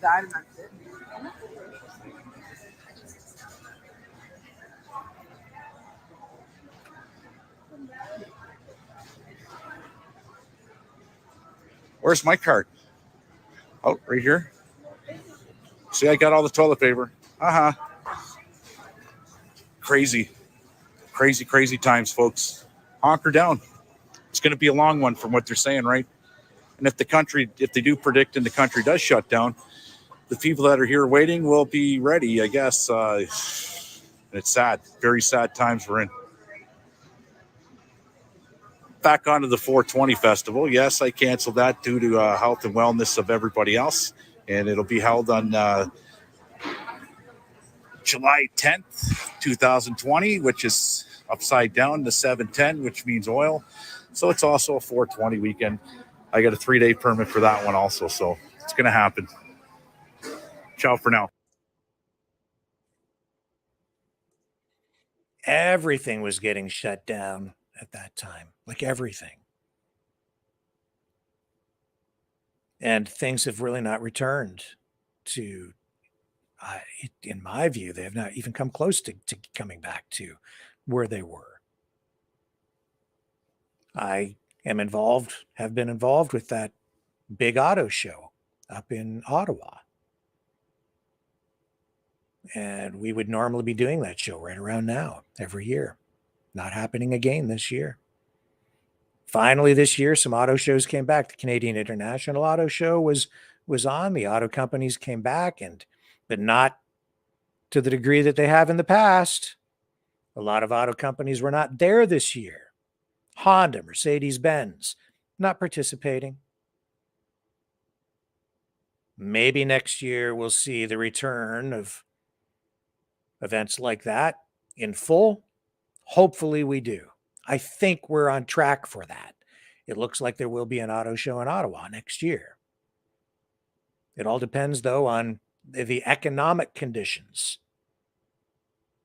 And it's not just auto shows, it's economy-wide. Everything has changed. It just is not the same. We don't have the vibrancy that we had before.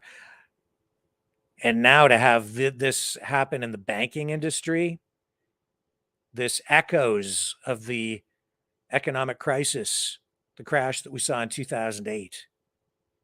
But I think this one has the potential to be a whole lot worse. And because they've spent so much and printed so much, I just don't think they have much room to maneuver. And I look back at all this COVID pandemic crap that they put us through, and it infuriates me. And the truth is coming out through data. It's coming out. People are connecting the dots. It's just a matter of time. We're seeing it. Patience, patience, patience. I don't know what the end game looks like exactly. I don't think anyone really does. I can only say that the smart game is to remain calm.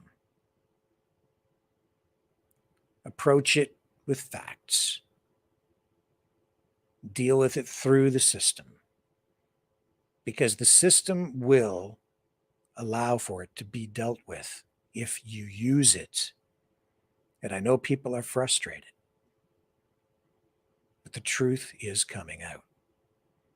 And the data is undeniable. And we're winning on the truth side. And one of the tools we have at our disposal is humor. And thank you, Pure Night, for sending me this the other day. Enjoy. Welcome to the World Economic Forum's training video for new Ministry of Truth hires. It's all in the delivery.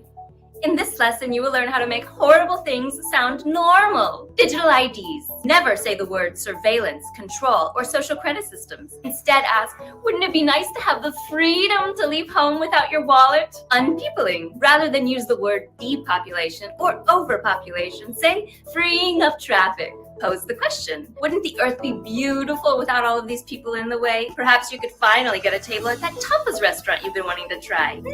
Yum. 15-minute cities. Don't say words like segregated neighborhoods or discriminatory policing of public spaces. Instead say, creates a healthy buffer between races and classes. This video has been brought to you by Soil and Steaks. Soil and Steaks, for the elite cannibal with a conscience. Remember Soylent Green, the movie? Soylent Green.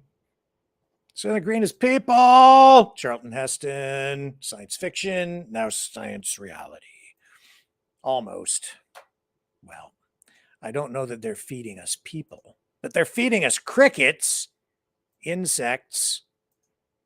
If that isn't enough to gross you out, infuriate you, I don't know what is. How about the drug problem? You know, today I was speaking to some people who help the homeless and help a lot of people with drug addictions.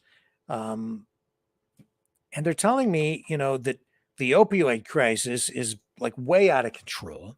They were telling me that the homeless problem in my hometown is also way out of control. When I moved here about 20 years ago, I don't even think to find a homeless person in this town, pretty tough. They were there, but not very many people in this small town that I live in. Today, we have encampments. People living down by the river, people apparently, I'm told, living in the woods. And these are people who know. They're providing services through a charity to those most in need. And they're telling me that it's gone beyond fentanyl. There's some new drug out there. It's called the zombie drug. It's called Xylus something. I can't remember the exact name that they gave to this today. But they refer to it as a zombie drug. Xylazine, that's what it is. Xylazine.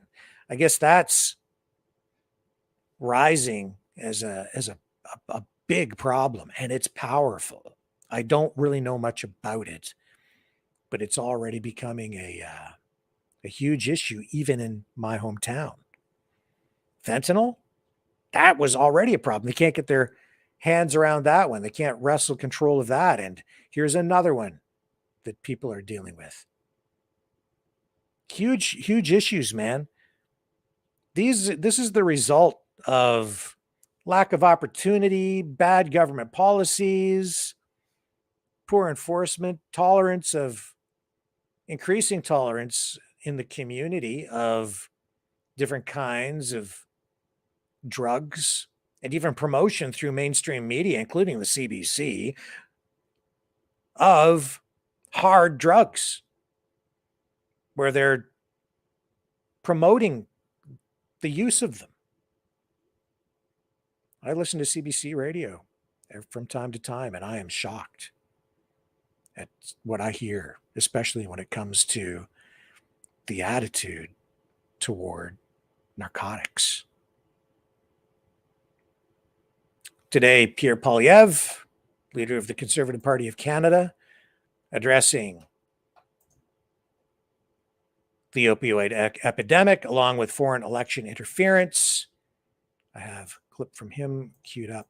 Let's listen to what Pierre had to say about all of this today. Everyone for being here today, now in English. After 8 years of Justin Trudeau, everything feels broken. Inflation rising faster than at any time in 40 years, after $500 billion of inflationary deficits bid up the cost of the goods we buy and the interest that we pay. His carbon taxes, with the support of the NDP, are driving up heat and grocery bills, so seniors have to choose between heating and eating. 9 in 10 Canadians now say, young Canadians now say they'll never own a home after housing costs have doubled under Justin Trudeau. Here in Vancouver and the Vancouver region, I should say, those costs are worse than ever. The reason is that inflationary federal deficits are moving up interest rates on our mortgage payments, and local gatekeepers block construction, driving up housing costs and making it impossible for our young to house themselves. All of this has led to despair. Everything feels broken. There's a 32% increase in violent crime after Trudeau brought in a catch and release bail system that allows criminals who've committed dozens of violent offenses to be released the very same day they are arrested, out on bail to reoffend again and again. In Vancouver alone, the same 40 people were arrested 6,000 times in a year. That's 150 arrests per person per year. All of them getting out on bail most of the time the same day because of Trudeau's broken catch and release bail system. Something my government will fix with common sense bail reforms. But there's no question that part of the problem is the opioid and addiction crisis. Just this week, we learned that the overdose rate has more than doubled since the opioid crisis was declared in 2016. This is the result of broken NDP Liberal policies that flood our streets with easy drugs. But it's also the result of a lack of treatment programs that could be saving lives. Those programs are going to cost a lot of money. It's worth the money, but who should pay? Well, who caused the problem in the first place? Large pharmaceutical multinationals like Purdue Pharma and others brought these opioids into North America, lied to drug regulators and to the healthcare system in order to market these drugs as safe and non-addictive. They even paid bonuses to distributors who successfully caused overdoses. In other words, they were incentivizing misery. These powerful multinationals knew exactly what they were doing, but they kept doing it anyway to profit themselves and their wealthy executives. They destroyed thousands of lives. 33,000 overdose deaths since 2016. Roughly 30,000 hospitalizations have resulted, with massive costs to taxpayers and obviously massive human costs to people across our country. Yet, the Trudeau government has done nothing to hold these powerful pharmaceutical companies and their consultants like McKinsey accountable for what they have done, for the misery that they wreaked, and for the profit that they made doing all of this. A Poilievre government will hold them accountable. I will launch a massive series of lawsuits amounting to over $40 billion in claims. We will join British Columbia's lawsuit in order to recover the federal health costs that have resulted from Big Pharma's dirty and disgusting actions against our communities. We will launch a separate federal lawsuit to recover money that the federal government has had to spend on borders, Indigenous programs, policing, treatment, and other costs associated with this crisis. The people who profited from this misery should be the ones to pay the bill. It's about bringing home accountability and bringing home hope. We can transform the hurt that they caused into the hope that people need. Behind me, we have hope. We have the people who've demonstrated the courage to be clean, sober, and proud. Their families rallied to them. Their communities stepped up with programs of detox, counseling, inpatient treatment. Neighboring Alberta, they've doubled the number of treatment beds, which has lowered the overdose rate and begun to save lives. In other words, we know what we need to do. We need to get people off the streets and into treatment so that we can bring them home drug-free. And a Poilievre government will do that. We will sue Big Pharma, and we will make them pay the price of a massive surge in recovery and treatment programs that will save the lives of our brothers, sisters, friends, and neighbors. Hope is possible, but it requires accountability. And a Poilievre-led government will deliver both that accountability and that hope. Thank you very much to the incredible people who are here today for your amazing courage. You are now an inspiration to people, to literally thousands of people who are going through what you have survived. You have demonstrated that it is possible to turn your lives around and to live drug-free lives, to support your communities and your family. You have demonstrated incredible courage. Let's make more stories like this. Let's help people recover. Let's give them hope. Let's bring it home. Your home, my home, our home, Canada. Thank you. Pierre Poilievre. And take a few questions. We'll let them roll a little bit here. I'm Daphne Bramham from the Vancouver Sun Post Media. You talk about joining British Columbia in this lawsuit. I'm wondering where your government would stand on the program of decriminalization that's been approved by the federal government with the BC government, and also on the issue of safe supply. Okay, so I will answer those. I just want to clarify that what I've proposed today is not just to join the British Columbia lawsuit, but also to launch a separate federal lawsuit.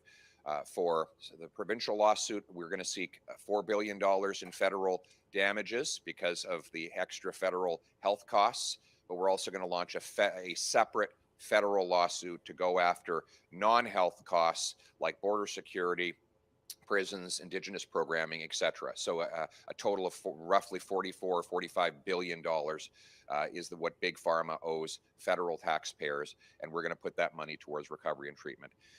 As for decriminalization, I don't believe that decriminalizing crack, heroin, illicit fentanyl, methamphetamines is the solution.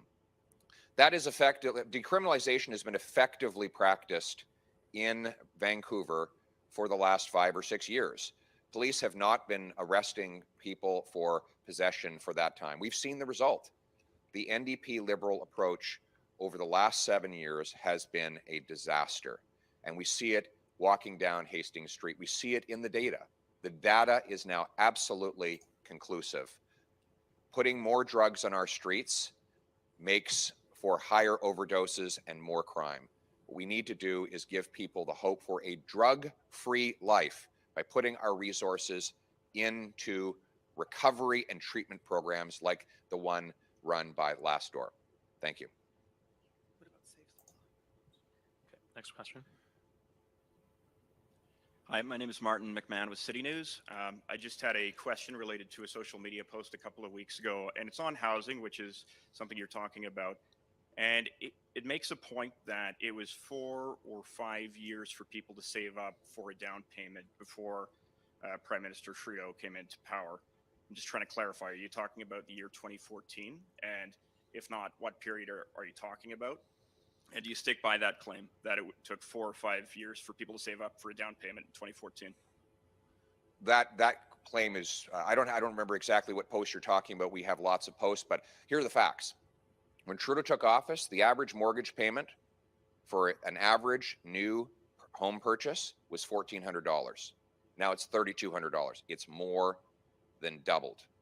The average rent in Canada's 10 biggest cities was $950. Now it's well over $2,000. So housing costs have doubled under Justin Trudeau. And if I can be blunt, across Canada, housing was cheap when Justin Trudeau took office. Very cheap. The average house was $450,000. Now it's been well over $700,000. And again, the average mortgage payment was a modest $1,400 for a new purchase. So we can show that Justin Trudeau and his government have presided over the doubling of housing costs. and made it next to impossible for anyone to save up for a home. You know, I was talking to a young lady who works as a CATSA screener at Pearson Airport in Toronto. Good job. She's saving $6,000 a year for a future down payment. She needs 60 grand for that down payment. That's 10 years. She's 27 years old. That means if house prices don't rise at all, she'll be almost 40 before she can afford a home. Before Trudeau, people in their mid-20s could easily afford housing. And so it is clear that this is 8 years of Justin Trudeau. The solution is to get rid of the inflationary deficits that have driven up mortgage rates and to bring in incentives for municipalities to grant faster building permits, to put high-density housing around every federally funded transit station, and to sell off 15% of the 37,000 federal buildings to convert them into affordable housing for our young people. We will bring homes people can afford. Thank you. Next question. Hi, Ashley Joanno, Canadian Press. I'm interested specifically in your position on supervised consumption sites. Would a government led by you leave the laws in place as they are currently for these sites where people can bring their own drugs and use them under medical supervision, or introduce new rules? Well, the existing overall system has failed. The data is clear now. Overdose rates have skyrocketed under the NDP and Liberal approach that has allowed for drugs to flood our streets. Now we're seeing that, for example, the so-called safe supply of hydromorphine has led people to take those drugs, sell them to kids, rip off their labels, sell them to kids, and then use the profits to buy illicit fentanyl. The problem with this approach is that the government provided drugs then lead people to move to more dangerous and more dangerous drugs that ultimately lead to higher overdose rates. And that is one of the reasons why we have such a massive increase in overdose rates since the policies you've described have come into place over the last 7 years. So I believe there are medications that we should provide to help reduce the pain of withdrawal and reverse the effects of overdose. But I don't believe in flooding our communities with more and more taxpayer-funded drugs. Rather, we should use the resources to provide recovery and treatment, which is the only proven way to deliver life-saving help to people and to bring home drug-free lives. Okay, next question.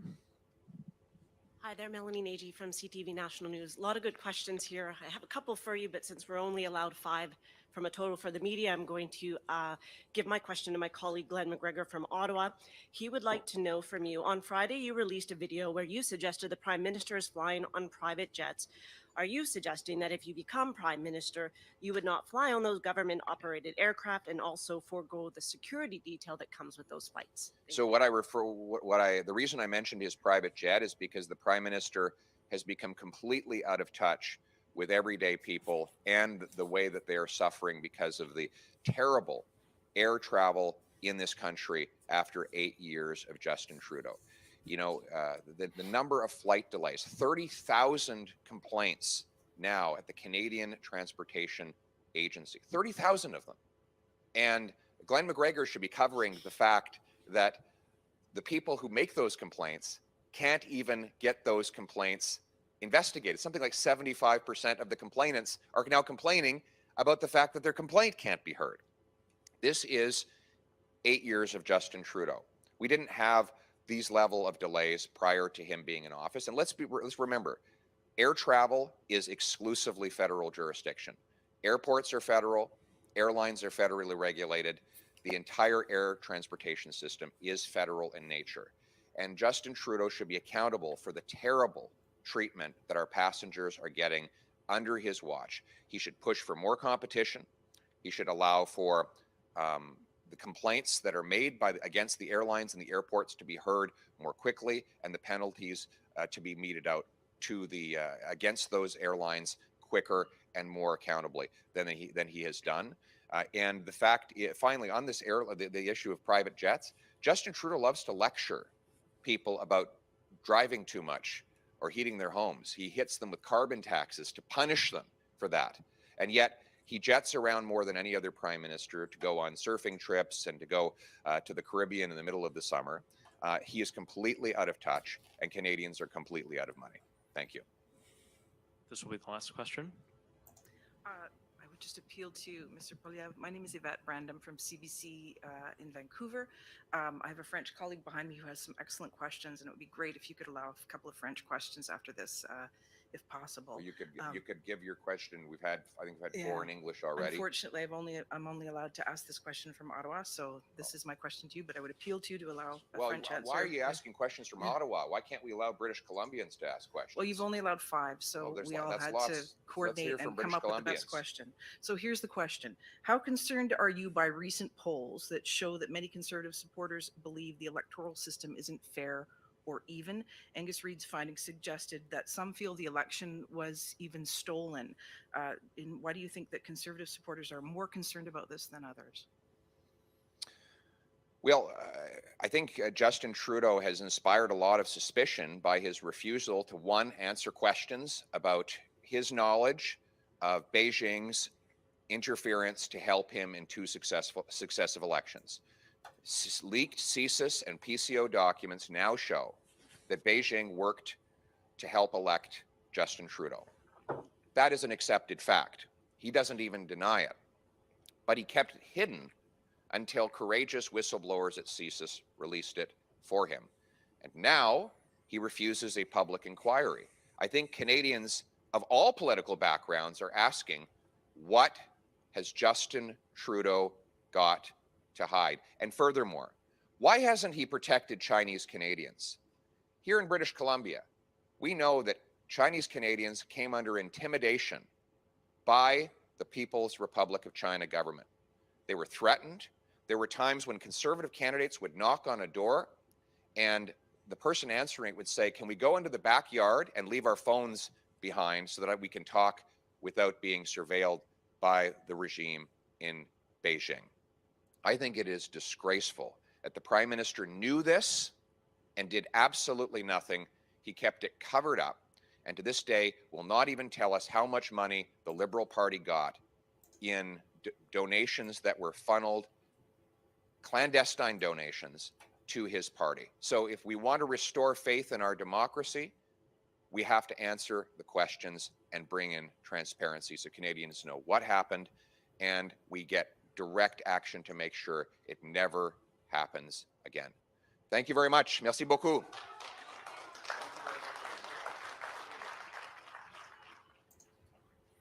Okay. Pierre Poilievre, leader of the Conservative Party of Canada.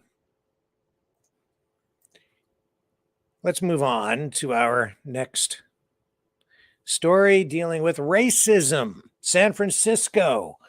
This has been an issue out there for a while. And I'm talking specifically about this issue surrounding the proposed reparations to Black residents to the tune of as much as $5 million per person. So this is, to say the least, controversial. And what kind of impact this might have is not entirely clear, but here's a report to kind of tee this up.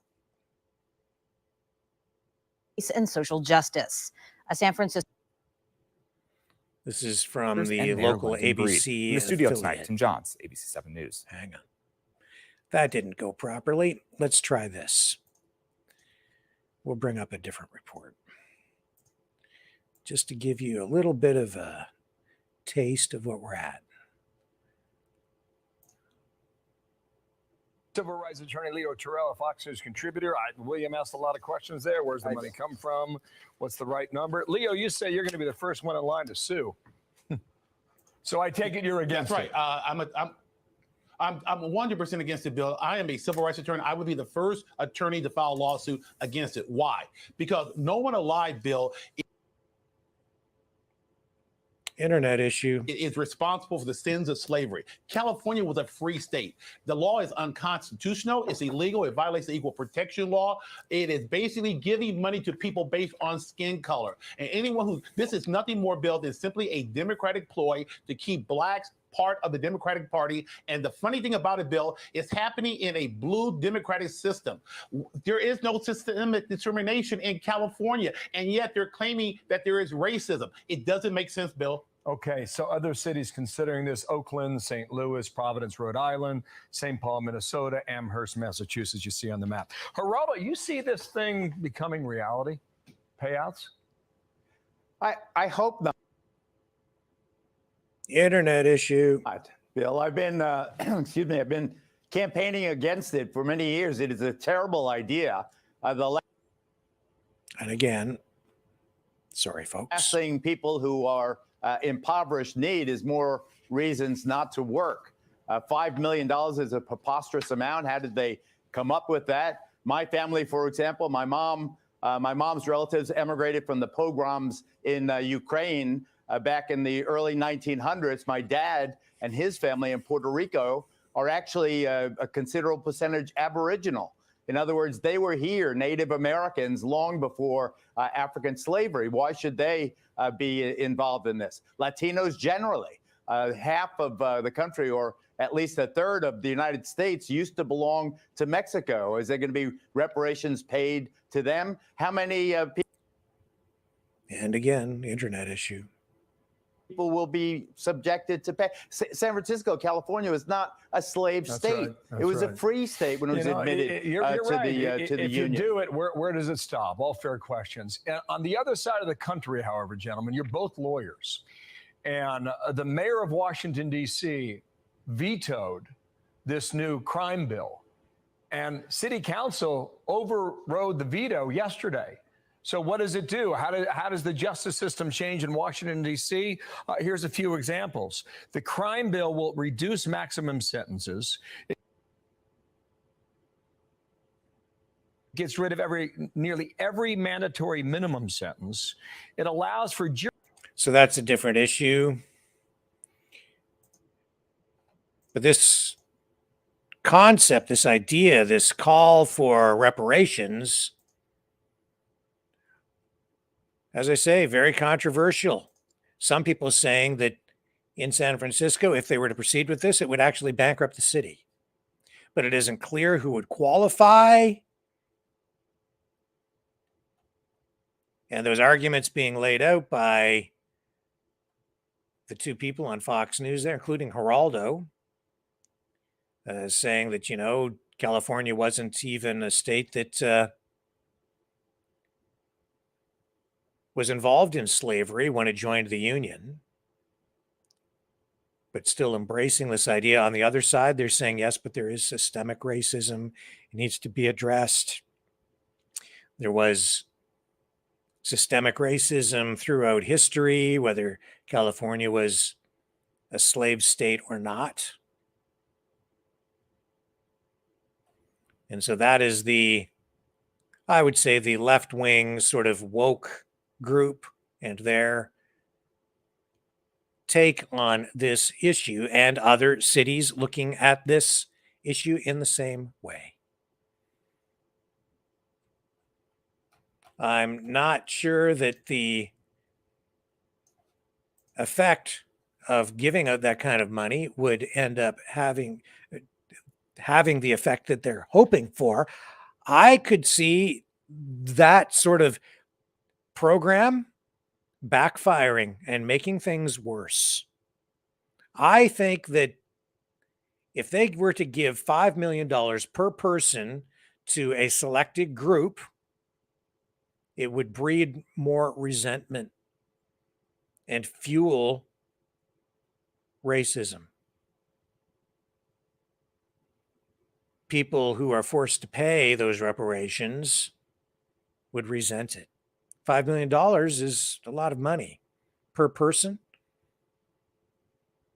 The people who get that money with that kind of cash, I think that might actually be harmful to them in a way. Look at what happens to people who suddenly win the lottery. a lot of them end up losing the money. They don't know how to handle it. They quit their jobs. Their lives change. I remember even locally here, someone who won the lottery. I think they won 20 million. And their life kind of fell apart. They ended up splitting up from their wife. The money got split between them. Still rich. Got a younger wife. Life fell apart in more ways than one. Because there's more to life than money. And while injustice needs to be addressed, I'm not so sure that what is going on with this is so much a quest for justice. It feels more political. And sometimes it feels like people are really out there not looking for justice at all, but really looking for revenge. And that leads to a very dark place. Just over the last few days, we ran that video of Nazis facing off against LGBTQ plus demonstrators there to support drag queens. And the insanity level was off the charts all the way around. I think programs like this ultimately, while maybe well-intentioned, will have unintended consequences that will lead to very bad places. I don't see anything good coming out of that if it's rolled out in the way that they are proposing. Just my opinion. You want people to live in harmony. You want to bring people together, not because you want them all to be the same, but because you want them all to be able to live side by side as individuals, as unique people, each and every one of us. You have to find a better way forward than to seek justice through revenge.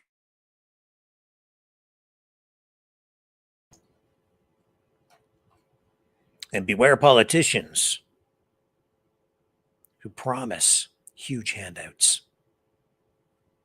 It's usually a trap. You can take that one to the bank. I'll be right back.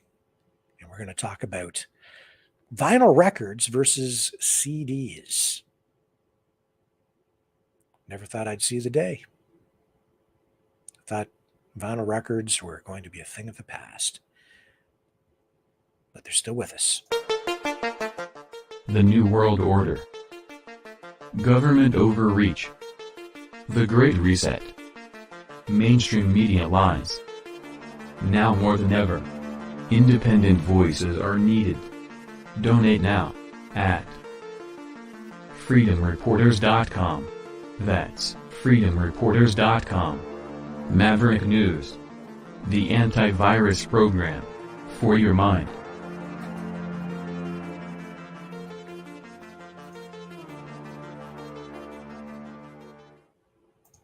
Okay, so vinyl records are now outselling CDs for the first time in decades.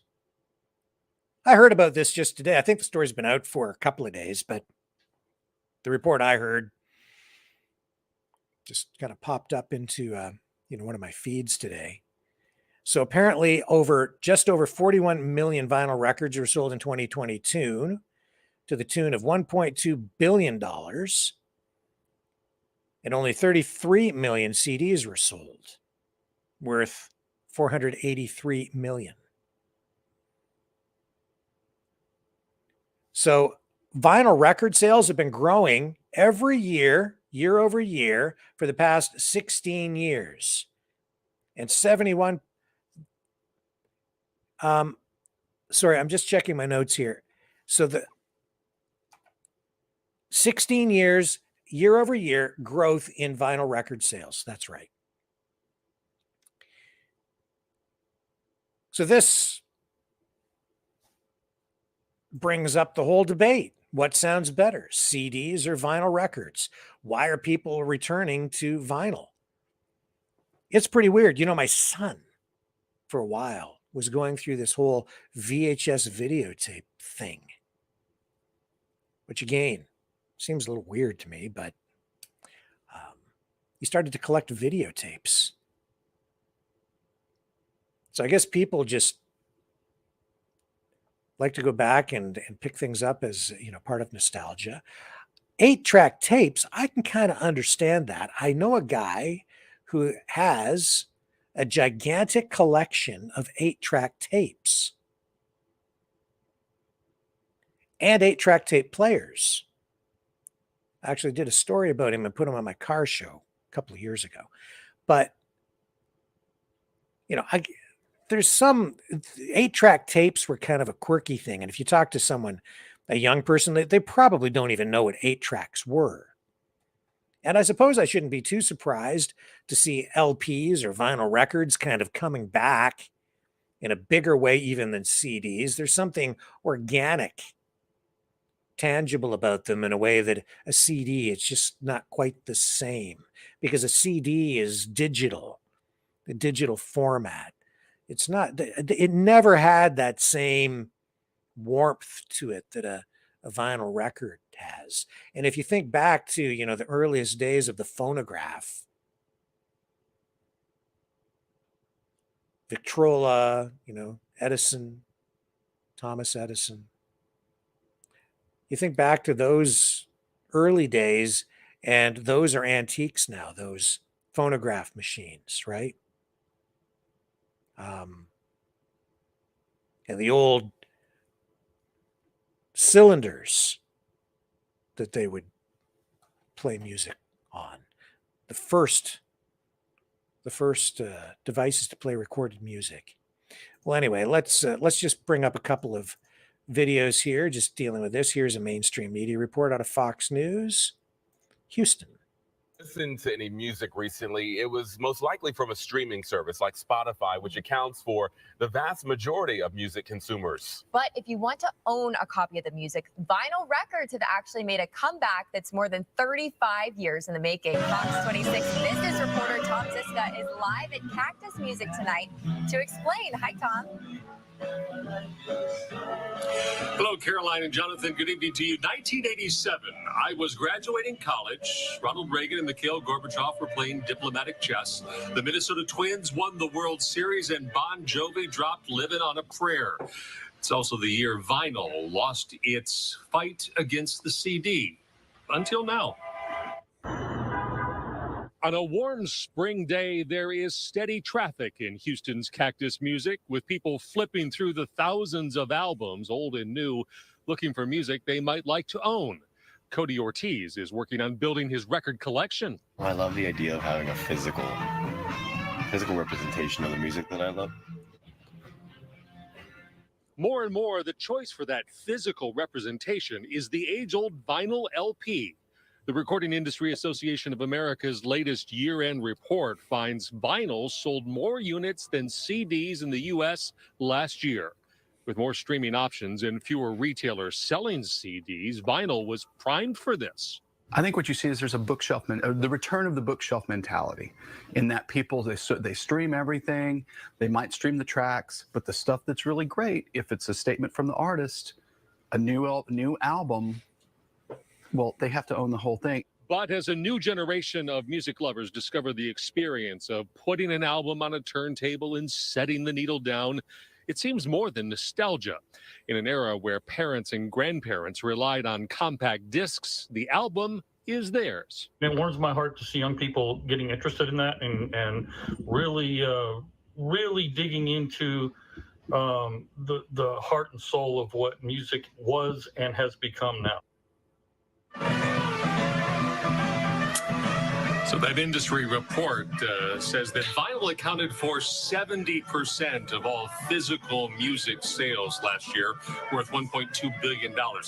Still a fraction of the streaming music revenue, but it may be enough to get album manufacturers who have largely left the marketplace to perhaps come back and try to feed that demand. Jonathan and Caroline, fortunately enough, we have a place where people can learn about the latest music, including albums. Ruben Dominguez and Quinn Bishop from here at Cactus Music do the drop, which you can find on fox26houston.com.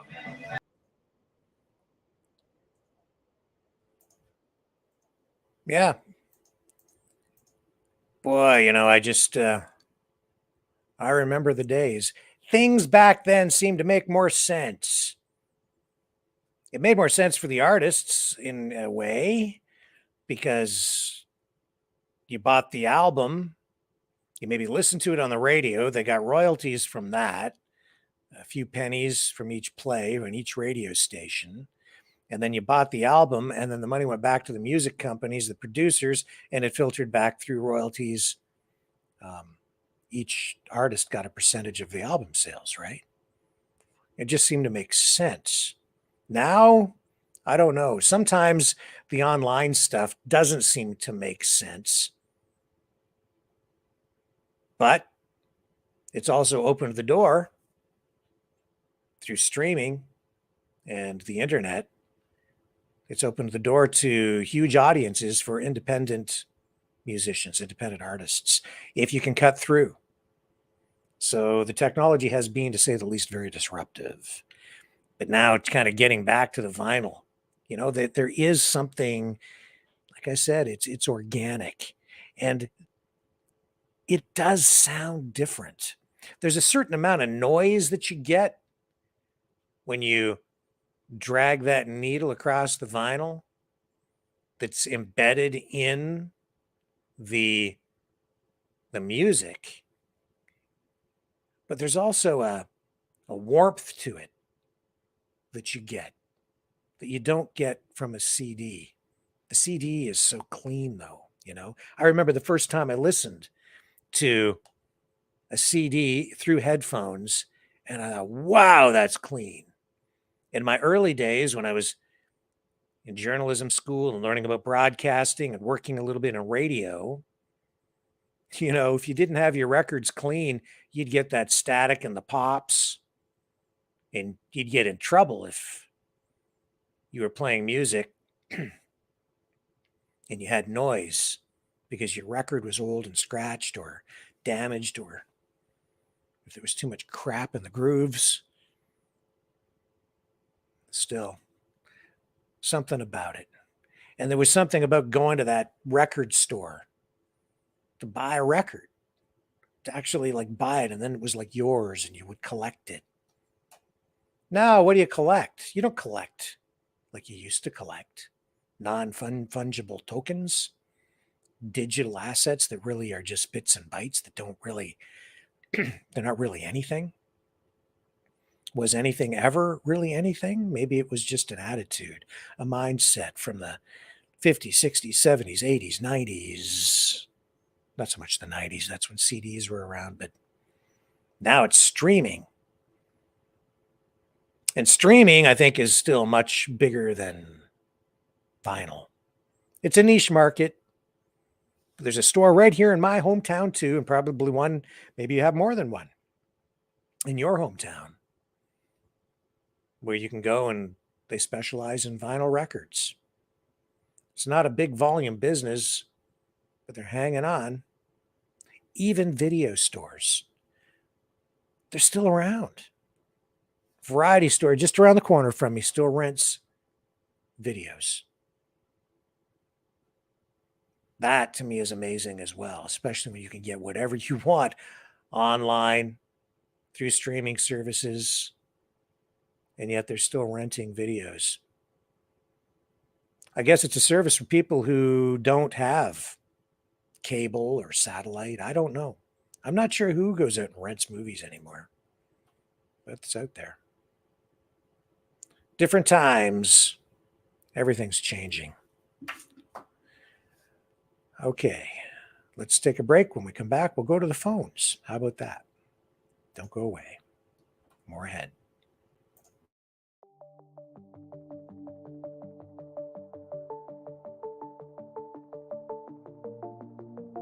Greetings, brave Mavericks. Our quest for truth continues. We go beyond fake news. Together we expose propaganda. Together we pull others out of rabbit holes. We are maverick thinkers. We are all unique individuals. Defenders of individual rights and freedoms. Credible. Trusted. Grounded in reality. Maverick News. Maverick News. Defending free speech. Free speech. Donate at freedomreporters.com. Do it now. Tomorrow may be too late. Maverick News. The world is watching.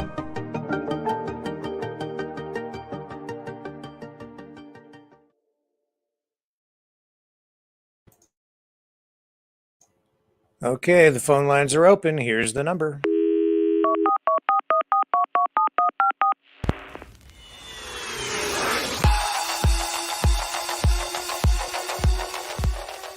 Join the conversation.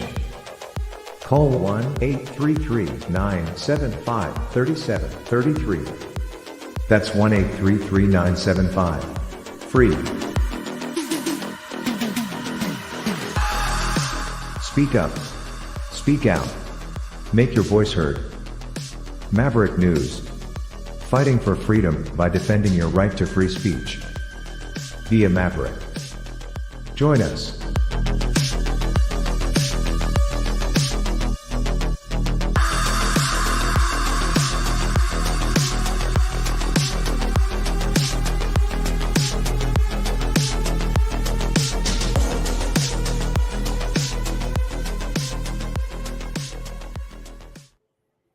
Okay, here we go. You can join the conversation at 1-833-975-3733.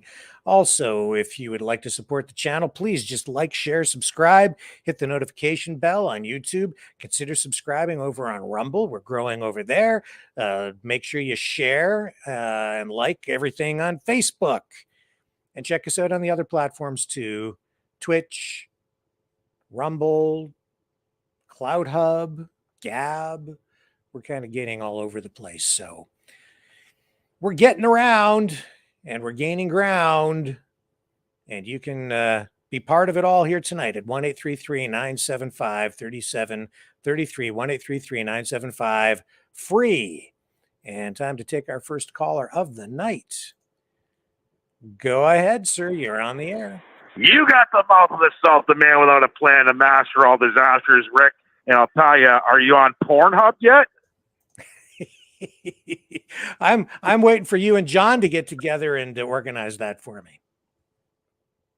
Yeah, baby. Here we go. We got a lot to talk about tonight. I feel really sorry for the people of Ukraine that are stuck in the middle of this, right?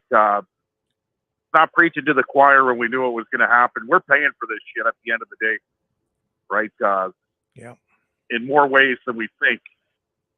Right, and the poor lady there, the Ukrainians are the ones doing all the disaster in that town, man. Yeah, it's just sad, man. Really sad. You know, just imagine being in that position. The little sense of any normality in anybody's life. You know, that's not normal. Yeah. You know, it's not at all. So hopefully that ends soon. And as for PP. I don't know, man. I'm really on the fence with this guy because you can't arrest your way out of the issues we have with the drug problems we have right now. Now, a lot of people, and this is a true story. The other day, my brother posted, he's a manager of Good Life Fitness, I think, in Sarnia. Yep. Okay, and he's been there for years. And there's a homeless kid. He said maybe 19, 20 years old behind the building, and he's got his little encampment there. My brother went behind there with somebody from the gym, and the kid was purple. He was shooting fentanyl or whatever, right? And he was purple, like fucking near dead. My brother stabilized his head, the whole 9 yards, and the kid took a big gasp of air. Okay, and the color came back, called the ambulance. They gave him the Noxolin or whatever they give the kid, right? But he saved the kid's life the other day. Okay, this is going on everywhere. And when you have people that are desperate, and he said it right, okay, when you have people that are desperate, that are struggling to survive, okay, you have to have the willingness to change in order to make those changes, right? But when you have mental illness and people so desperate to the point that they don't care if they live or die, you know, Pierre's got his hands full. And when it costs, on average, $60,000 per year per inmate, by the way, he didn't mention that in his little speech. $60K per inmate. That's a lot of money, Rick. It is. Okay, and he didn't mention where that money's going to come from. You better build a lot of prisons, and a lot of prisons fast, because if you think you're going to arrest your way out of the drug issues we have today, it's not going to work. The war on drugs was lost many moons ago, and I know firsthand. Okay, rehabs do work, but when you only have 2% of the people, and that's for alcohol also, okay? 2% of people that recover, that's 98% that wind up either dead, institutionalized, okay, or finding that recovery. So you really don't have much of a choice when you're at the end of that rope. 2%. That's not much, Rick. No. 2 out of every 100. 2 out of every 100 that's going to make it. The other 98 either going to wind up dead or in a prison somewhere, or an insane asylum. Right. So I don't know. I don't know what Pierre's got planned, but it's not. I'll tell you what. If he thinks he's going to arrest people out of it, he's wrong. We don't have the money right now. I'll tell you, or we're already been spent. And for him to sit there and say that housing was affordable in Vancouver prior to 2015, he's so full of shit. Okay, I lived in Vancouver in 2008. Now, if you want to live in the town of Abbotsford, where gang-riddled Surrey, let's say, out in the Fraser Valley, yeah, you're going to get your place for $400,000. Not now, in 2015, but in Vancouver, in the city center, South Vancouver, West Vancouver, you're not touching nothing for anything under $900,000. That was in 2015. Sure, but I mean, you have to acknowledge that, you know, if you're looking at like a city like London, right? I think the numbers that he was referring to were kind of about accurate. Even here in this town where I live, kind of in that zone. And I don't think there's any question things are a whole lot worse now than they were 8 years ago before Trudeau came to power. There's been a lot of inflation. I bought 2 houses, one in East Vancouver, one off Boundary at 28th, okay? East Vancouver, for $55,000 in 1990.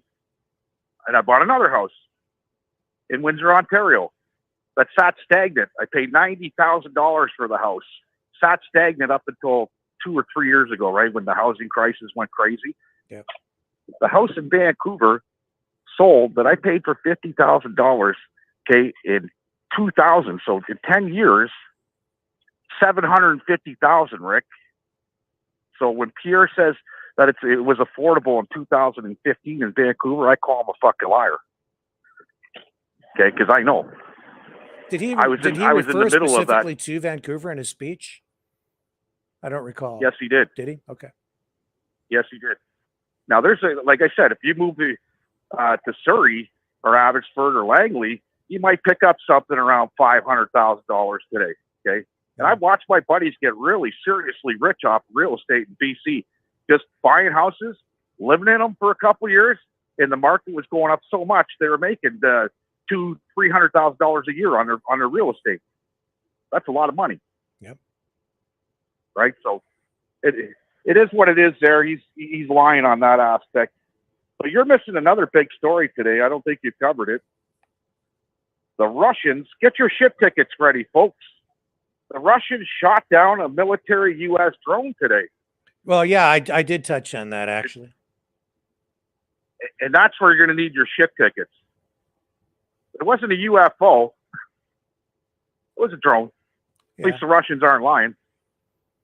Right? So with the banks failing the way that they are right now, man, everybody just hold tight.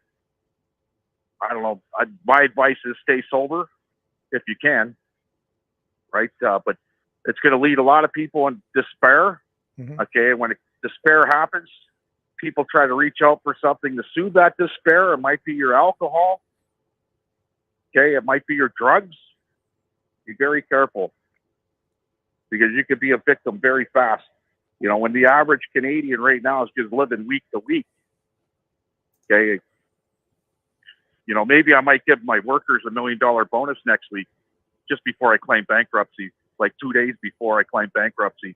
I'll give everybody $1 million on the shop floor, Rick. Sounds familiar? Sound like Bernie Madoff? Yeah, kind of. So SVB or whatever now how they're called, that bank, okay, and yeah, in Silicon Valley. How do you justify giving out performance bonuses 3 days before you file for bankruptcy? I don't know, buddy. Yeah, well, it's a scam. Now, let's say TD closes tomorrow. They file for bankruptcy, and I got my mortgages with TD and my line of credits with TD. Is my debt written off? Who do I pay? Oh, you know my no, debt's your not written debt off. won't be written off. It'll be picked up. You know, that'll be sold off to another creditor, and then you'll have to pay them. That's why Exactly. SVB is being sold, right? It's like, what's to buy? The bank is bankrupt. Well, they're not really bankrupt. They still have assets, and those assets are your debts. So they sell those off. Exactly. Yeah. Exactly, right? So in order for all the debt to be sold off, or in order for me to break free from my mortgages and line of credit, every bank in the country would have to go belly up. And then who would you be paying at the end of the day? I bet the government would step in then. Yeah. Right? I call it the total reset. Well, whoever buys it will buy that debt for a fraction of what the original value was. So they'll buy up, they're basically buying your house for pennies on the dollar, but you still have to pay full price to them. Exactly. I'm just going to do a couple shout outs here. We got Cindy, Steve Harvey. Is it really Steve Harvey? The real Steve Harvey? COVID Warrior, House, DKF, Pissed Off Dragon. We got them all watching tonight. But watch very carefully, folks, because the next couple of days are crucial for the economy. Okay, and I say that we're laughing because we got 26 new machines on the way, and the company I work for, they're like, you know, they want this done by June.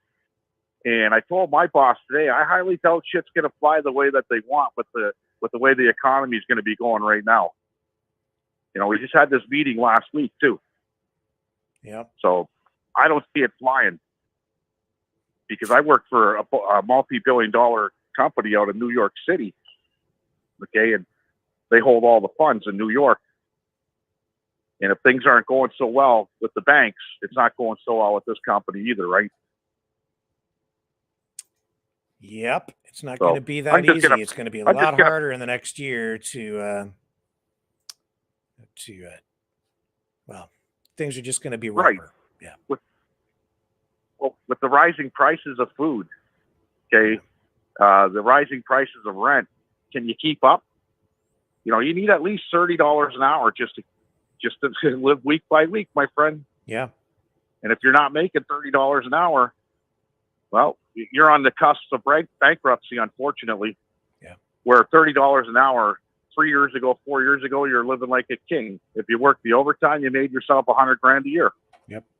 Right. So the $100,000 a year today just don't cut it, my friend. That's right. and that's sickening. So Thank you, anybody Leo. under 100 grand, I really feel sorry. Thanks, Rick. Thank you, sir. You have a great night. Okay, I think it's Richard. Hello, how you doing? Good. Maverick? How are you tonight? Pretty good. I watched your show last night, and great. I'm calling from Alabama in the United States, Hi there. and I was wondering where is all the nuclear bomb shelters for the public? I looked on Google and I can't find none whatsoever. Yeah, because they don't exist. Why? Well, that's a good question. I suppose because they couldn't build enough of them, for one thing.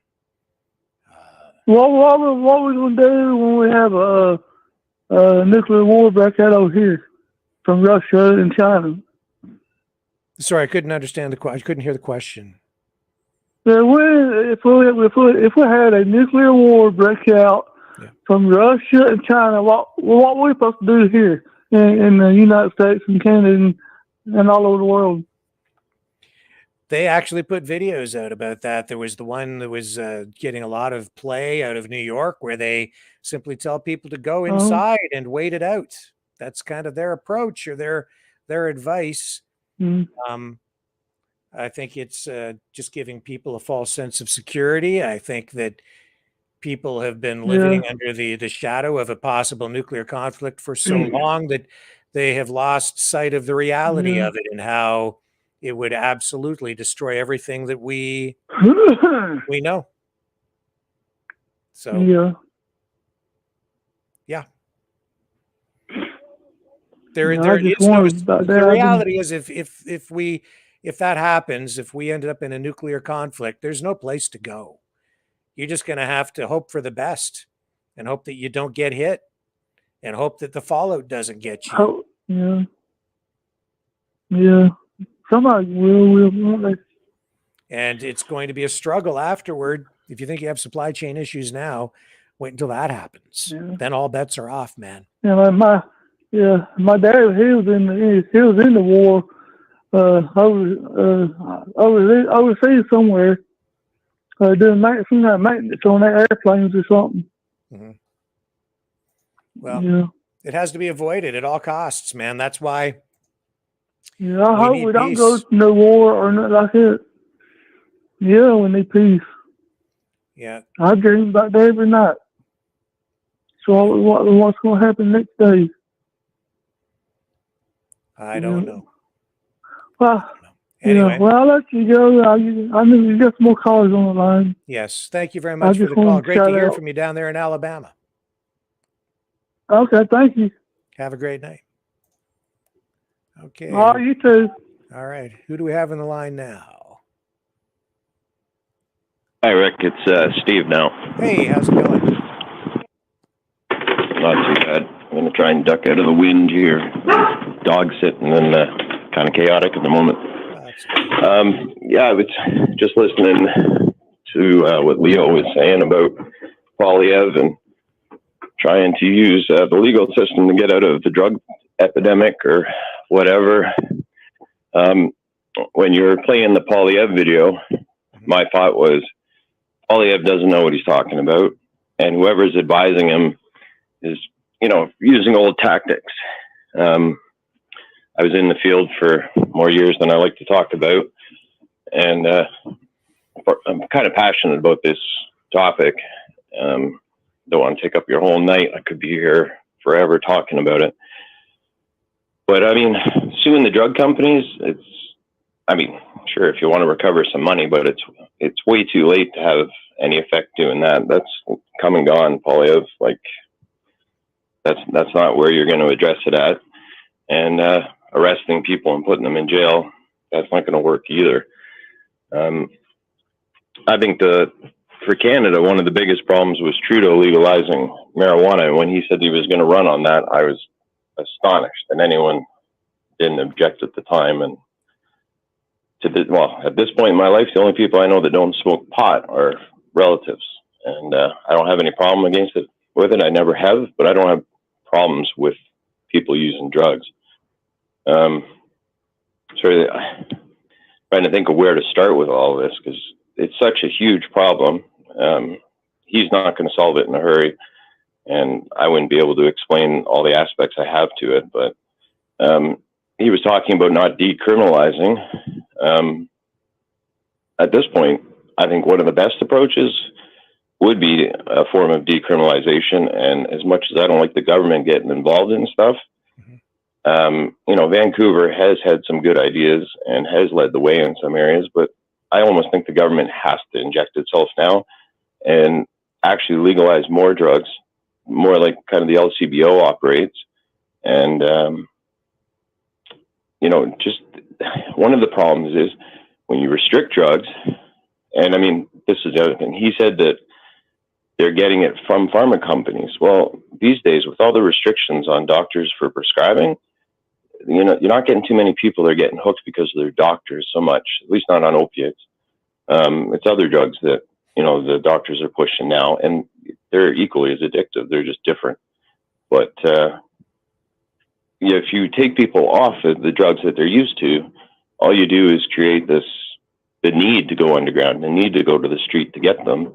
And they'd almost be better off making low dose everything available to people and going that route so that people could be comfortable. The problem is when people go to the street, quite often they get spiked drugs and they get way more than they were expecting. And that's how you get your overdoses so regularly. It's not because they were looking to OD. Some people are pushing the limit all the time, but most people aren't looking to push the limit. They want to be comfortable, and they have a hard time doing that. And it's gotten so expensive. Some people opt for the stronger drugs thinking that's the cheaper route to go. And this is just fraught with problems. But Paul Leo's route, my point is, will not work. I've seen people apply such tactics before to no avail. Anyway, I guess I've said more than I expected I would. No, that's good. That excellent comments, and greatly appreciate that perspective, because you obviously have some experience and knowledge. Yeah, I got out of the business. I kind of lost my faith. I saw directions with the government that I just couldn't cooperate with anymore, and it became too political and paperwork heavy. And I'm like, this is not benefiting anyone, and it's only going to get worse from here. Right. And so I sought other type of work. I mean, I wasn't strictly. I mean, that was my mainstay, was dealing with people that had drug problems. I've worked in every venue you can imagine, but or treatment center, treatment program you can imagine. But I did other work too, other counseling and stuff, and had quite a career from one side of the country to the other. And drugs was always like 80% of my work. So, and that was the other thing. When I first got into it, everybody was switching to crack, and then I'll tell you, opiates was the only drug that people left crack for, in my experience. And trying to get someone free of that was so hard. And at one point, actually, they were using methadone to treat people that were on crack, and there was only one doctor prescribing. And I argued with him about how dangerous this was. And now that town is so overwhelmed with opiate abuse. Actually, there was an investigation from the Ontario government there that focused on that town because they thought there had to be something wrong. They thought the doctors had to be involved in it because it was such a rampant problem. Anyway, so there was a large investigation. I didn't find out about it until well on its way, almost at the end of the investigation. But anyway, so yeah, it's a huge issue. And like I said, I could talk for hours through experiences and what my philosophy would be. But I think the old tested methods just aren't capable of coping. And, and the other aspect of doing some type of legalization is you'll eliminate the need for drug smugglers, which would also eliminate the need for all the illegal guns.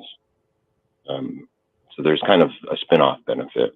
If you don't have to have all these traffickers flooding across the border, and if they don't need to be armed because they don't have any business to protect anymore, it really cuts that down. Well, so anyway, there's a ton of aspects that need to be considered before you can spout off, in a 5-minute speech about how you're going to solve this problem. Fair enough. Yeah. It's complicated, and the drugs on the streets today are more powerful than ever too. So the addictions are that much harder for people to deal with.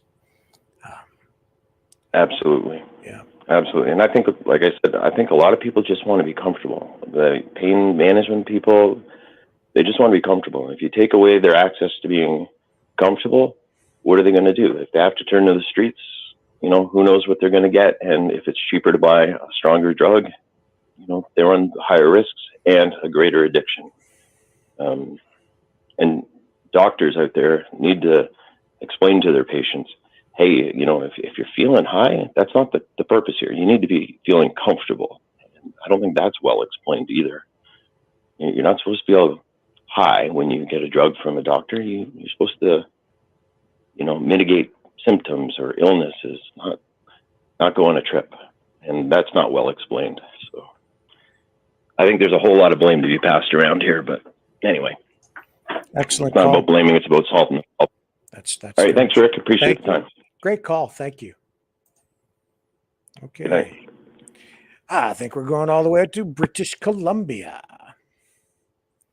Hello, Hey, sir. how you doing, my man? Good. How are you, Al? Awesome. Well, as far as the Polyev thing goes, dude's just all political talking points, just like Trudeau. We're just going around and around in the same damn cycle all over again. Does not everybody remember the last time this happened? The banks bought everybody, or the government bought everybody out of the last fucking housing crisis we near had. Jeez. Like, this is just history repeating itself, right? And all we have are global terrorists who are also domestic terrorists because they're terrorizing their own people economically. Yeah, I can see that. So that's what I had to say about it. Just basically reiterating what I had to say last time I was on when you was my bartender, remember? No, but it's just really, it's all the same bullshit, right? Like if you look at it, it's all coming down the same pipe. Yes, but what are we going to do, man? It doesn't matter. So what's the option in the next election then? Well, honestly, I honestly think mass fucking strikes is where it's at. It's got to be a national strike. It's got to be a national fucking effort. Like we need to get those freedom festivals going, like we talked about. Mm-hmm. We need to get people on the right track. Because this government is an absolute tyrant, and they are not going to stop, period. So thinking that they're going to stop and then we're going to finally be okay someday, forget it. And do you think really Poilievre's going to win the day for us when he gets in? The guy needs a fucking omnibus bills to reverse everything Trudeau did just on his first day in office. It'll take him 8 years to undo everything Trudeau did in 8 years. If not 16. So he's not going to save us. He's no savior. He's just another Pied fucking Piper from fucking 20 years ago. Same new rendition of the same old story. New face to the same old song.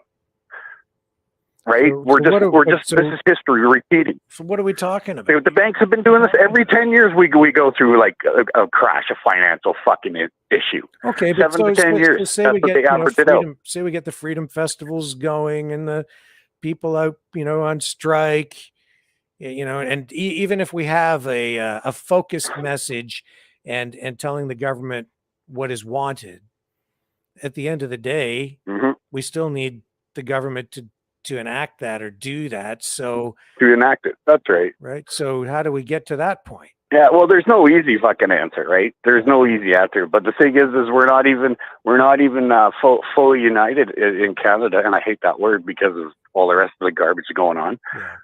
But we're not singularly focused. I guess things just got to get like I said before, right? Every government is only 9 days of starvation away from falling. Mm-hmm. Did you see what you know? How many, like every day that I'm alive now since I took the pill, I just find out another country where we're helping in the coup of that country. Mm. Like we have like these think tanks too, just like the States. Yeah. Going down there, setting up fucking the color revolution. Like I just heard one yesterday. You know, like it's every day that I'm alive, I learn of another coup that we're involved in. Well, Melanie Jolie, This is ridiculous. We used to be the good guys, dude. We used to be the good guys. Well, what happened? I don't know, because like right, our Melanie Jolie, foreign affairs minister, right? She just stated within the last day that her objective is regime change in Russia. Just outright saying it. Like it's any of your damn business, Jolie. Right. How about you keep your fucking nose in your own fucking panty drawer? Well, just mind our own business. I'm sick of these globalist BS's bastards. Wow. Fat bastards. They're everywhere. Yeah, I just... Jeez, I don't even know what to say. They're globalists. Like, they're globalist terrorists. We're in Ukraine to fight for Ukrainian sovereignty and democracy. Democracy. And wasn't supposed to be about regime change in Russia, but now it is. I said that from the very first day. I said that the real goal is regime change in Russia, and now they're not even hiding. Yeah. You know, like completely, the entirety of Europe is now economically screwed. The entirety of Europe. You hear what I'm saying? Yeah. Economically screwed. Yeah. For what, 20, 30, 40 years? Who knows how long some of these countries are going to take to dig out of that hole, if Ukraine ever can. Right? They toppled all of Europe. This is economic terrorists. They're economic terrorists, and they've been doing it to us slowly but surely. We're the frogs in the pot. We're getting ready for the boil, and then finally everybody's going to get focused. Well, you know, right? I'm not sure. See, that's the thing of it is, right? Sorry. Ahead. No, you go ahead. I'm sorry to interrupt you. It's just the delay. I'm not sure, like, back to your question about, like, what can we do? I'm not really sure that there is anything that we can do except for, you know, show that we are focused as a country on our nation. Yeah. Not on maybe, say, a particular issue, but, like, on our nation and our own sovereignty, right? Because, like I said, I don't know, a million times before, every one of Trudeau's failures, which he thinks are his successes, are but our successes. Because each one of those is what creates more of us to become more narrowly focused on the nation rather than just ourselves. Because everybody's stuck up in the whole, you know, themselves. Well, how am I going to pay this bill? Get those groceries. How am I going to get this? How am I going to do that? Right? What do the kids need? What like it goes on. Life gets in the way, brother. Until I ended up on disability, I didn't have the time to learn all this. And I was just as blind as my neighbor. Well, I do. And now I talk to anybody about it, and I'm a freak. I think that there are big changes coming over this next year. A lot of it is related to the return of sovereignty to First Nations. And well, that's a scary unit. That's a scary arrangement, that one, to me. Yeah. I don't even know what to think. Like, how far can they put, like, the UN was in our country, dude? These are the global terrorists visiting us. Yeah, I just showed you that UN representative here 2 or 3 nights ago, and he's reviewing everything that is happening with UNDRIP and the return of sovereignty to First Nations, and I don't think that the approach they're taking is really going to lead. It's going to lead to conflict in some way or another. It's already. Oh yeah, it's not. It's all divisive. Yes. It's all divisionary in its design. I see how that is. It's the hot knife through butter in Canada. They've figured it out. The Soros and all those all the globalists. They've been working on this shit for years, eons, like generations. It's unbelievable, and it's still going, which is even more unbelievable. You think they would have woke up and said, "Hey, you know what? These guys they're not half bad guys," you know. But no, they never did. They just kept at it. You know what I mean? So yeah, no, but I think basically every one of Trudeau's failures is going to be our victory in the long run, right? Like that's, I think, the way it plays out. But like, what can we actually do? All we can do is just try to get other people focused on what they need to be focused on. Just create more awareness at the most. Or at least that's what we can do individually, right? Well, and then, you know, like things like this bank, let's see how this goes. Because like when this whole thing in Ukraine started, I said, oh, fuck, there goes Germany, there goes Europe, like all those house of cards, the economics of these houses is going to fall. And then I summed that up and I said, I dare not to risk how far those dominoes are going to fall. Mm-hmm. And now here we got the bank going in the States, right? They went and, like you said, seized a few up here. Is that the start of the fall? You know, everybody's, you know, got white knuckles over it. Well, I kind of look at this whole thing in a bit of a different way. I think that there has been an ongoing war since World War II that people have not been aware of. And if you really look at what NATO has been doing, they've been taking over countries one after another without actually firing a shot. Oh, exactly. Simply by bringing them under the NATO umbrella. Yep. See, they're the global terrorists. Yeah. And this is what I also learned. I'm not looking at it any differently than yourself, but that's what I'm saying. That's what I've learned, is that we are actually the global terrorists. Somehow or other, the script flipped. Yep. And I agree with you. I think it was right from World War II, because they have been going in and out of every country ever since. And look at Macron getting booed the other day. Look at the rudeness on that man. Yeah. Wow. He's saying this to a country he's trying to maintain control over. Yeah. He's insulting them so that he can maintain that control. So like you, my friend, I found the enemy, and the enemy is us.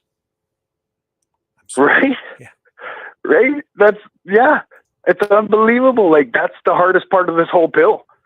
Yeah. When you swallow it, that's going to be the hardest part, is that wake up, because I never dreamed that Canada would be the bad guy. Yeah. I never dreamed it.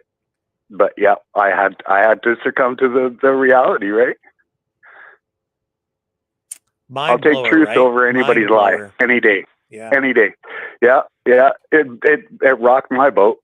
And like, I am like, dude, I grew up standing to the national anthem every hockey game. Okay. I would stand there at attention, literally, every hockey game. I watched a hockey game now, and I'm an old guy, and I got tears in my eye when they sing it. Yeah. And then the crowd goes, and I cry harder. Like, I'm an old man. I shouldn't be crying like a baby, right? That's how much I love my country. Then I woke up. Yeah. Then I fucking woke up. It was like a brick flipping wall. I used to go down to the parades in Toronto Square, the big Massey Hall Square there. They used to do the big military parades when I was a kid. You know, I was all about the military and the nation, everything about our country. And in 8 years, this man has torn the shit out of it, as far as I can tell. Yeah. Maybe I'm a little naive, but I still have hope. I still want to work toward getting us back to the right place. I think we can. Well, I'm your forever optimistic realist. This is the way I look at it. Yeah. Because I'm eternally optimistic, but I'm a realist in what's going on right now on the ground in front of me. Yeah. You know what I mean? Yep. So, like, I think the like good times are coming, but you know, probably not while I'm on the planet. Like, I think the good times will be, I mean, look, financially, we're screwed. As soon as they signed that $500 billion bill for COVID, That very moment, I watched them push it through, and I said, the train has left the station for Canada. Yeah. That very moment, I knew it was screwed. You can't put that much money into our economy. Terrorists. Domestic, globalist terrorists. We've got them right here at home, Canada, and they are raping us as we speak. Well, we better move Okay, on. my brother. Thank you. Well, thanks Thank again you. for serving one up and forwarding me the chair. My privilege. Thank you, sir. We'll talk again. Take You care. betcha. See ya. Okay, let's move on to Brenda. Hello. Hi. Hi. Wow, first time caller. I can't believe I got through. This is exciting. Can you hear me? I can hear you. You go ahead.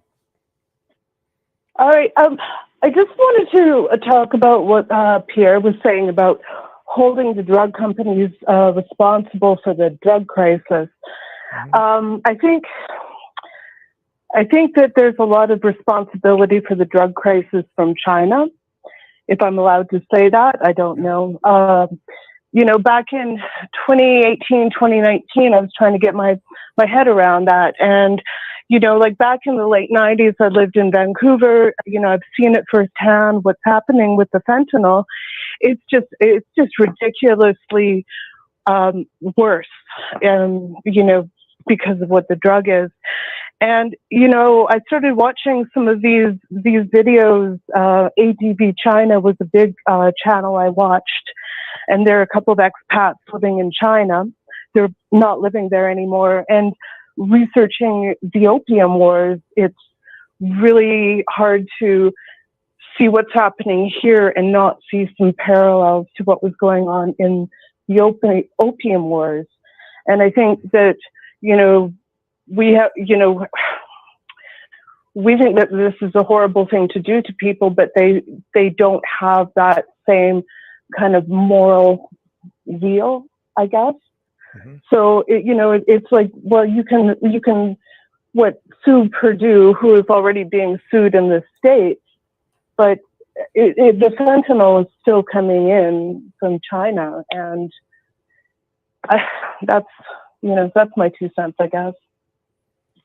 All right, great call and very valid. Yeah, we do know that a lot of the fentanyl comes from China. No doubt about it. It's a fact. So.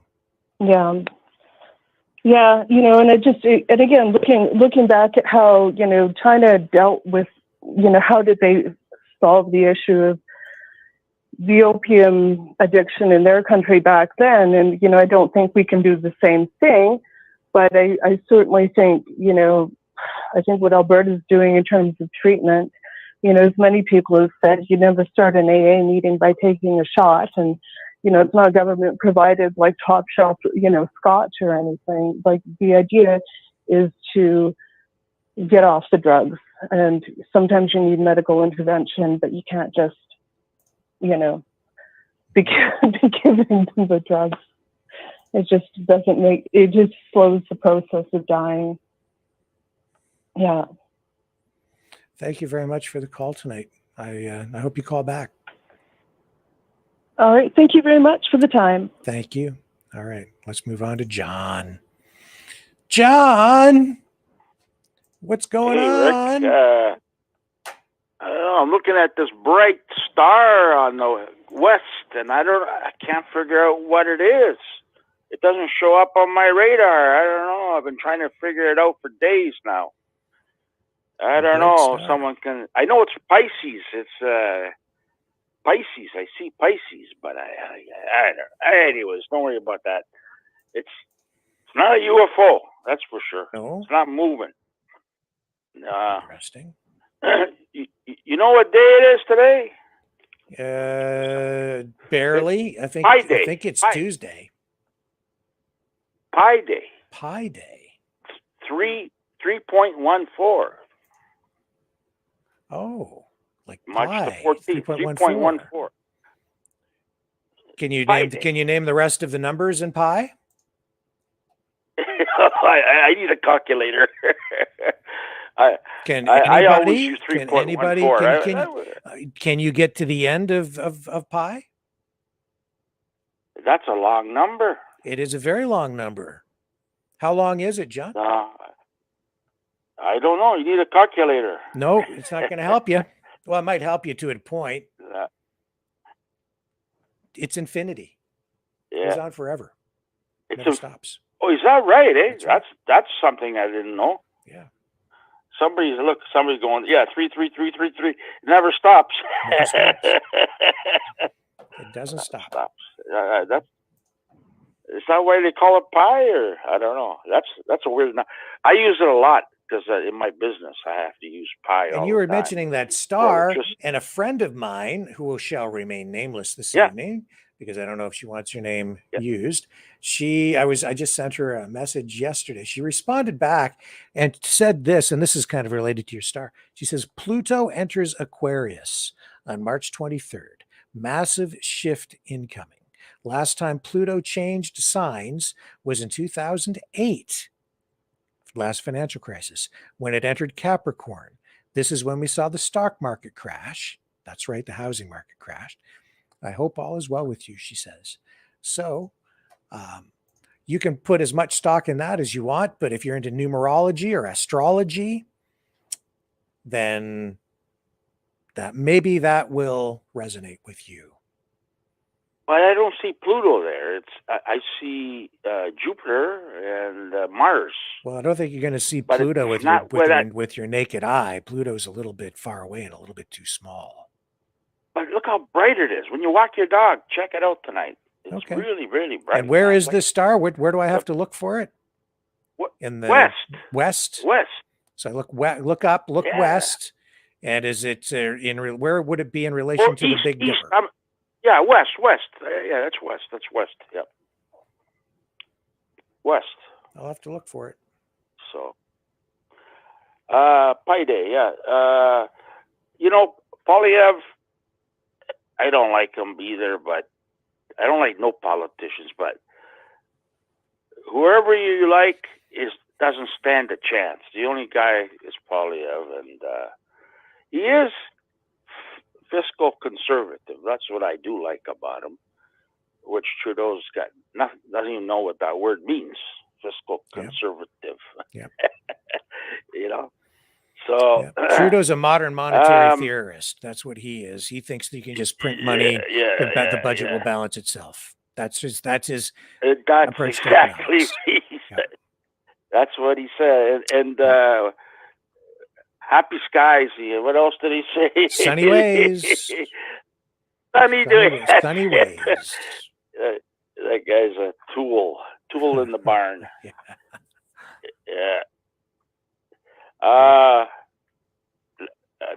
Another interesting fact, all you people out there, water bottles.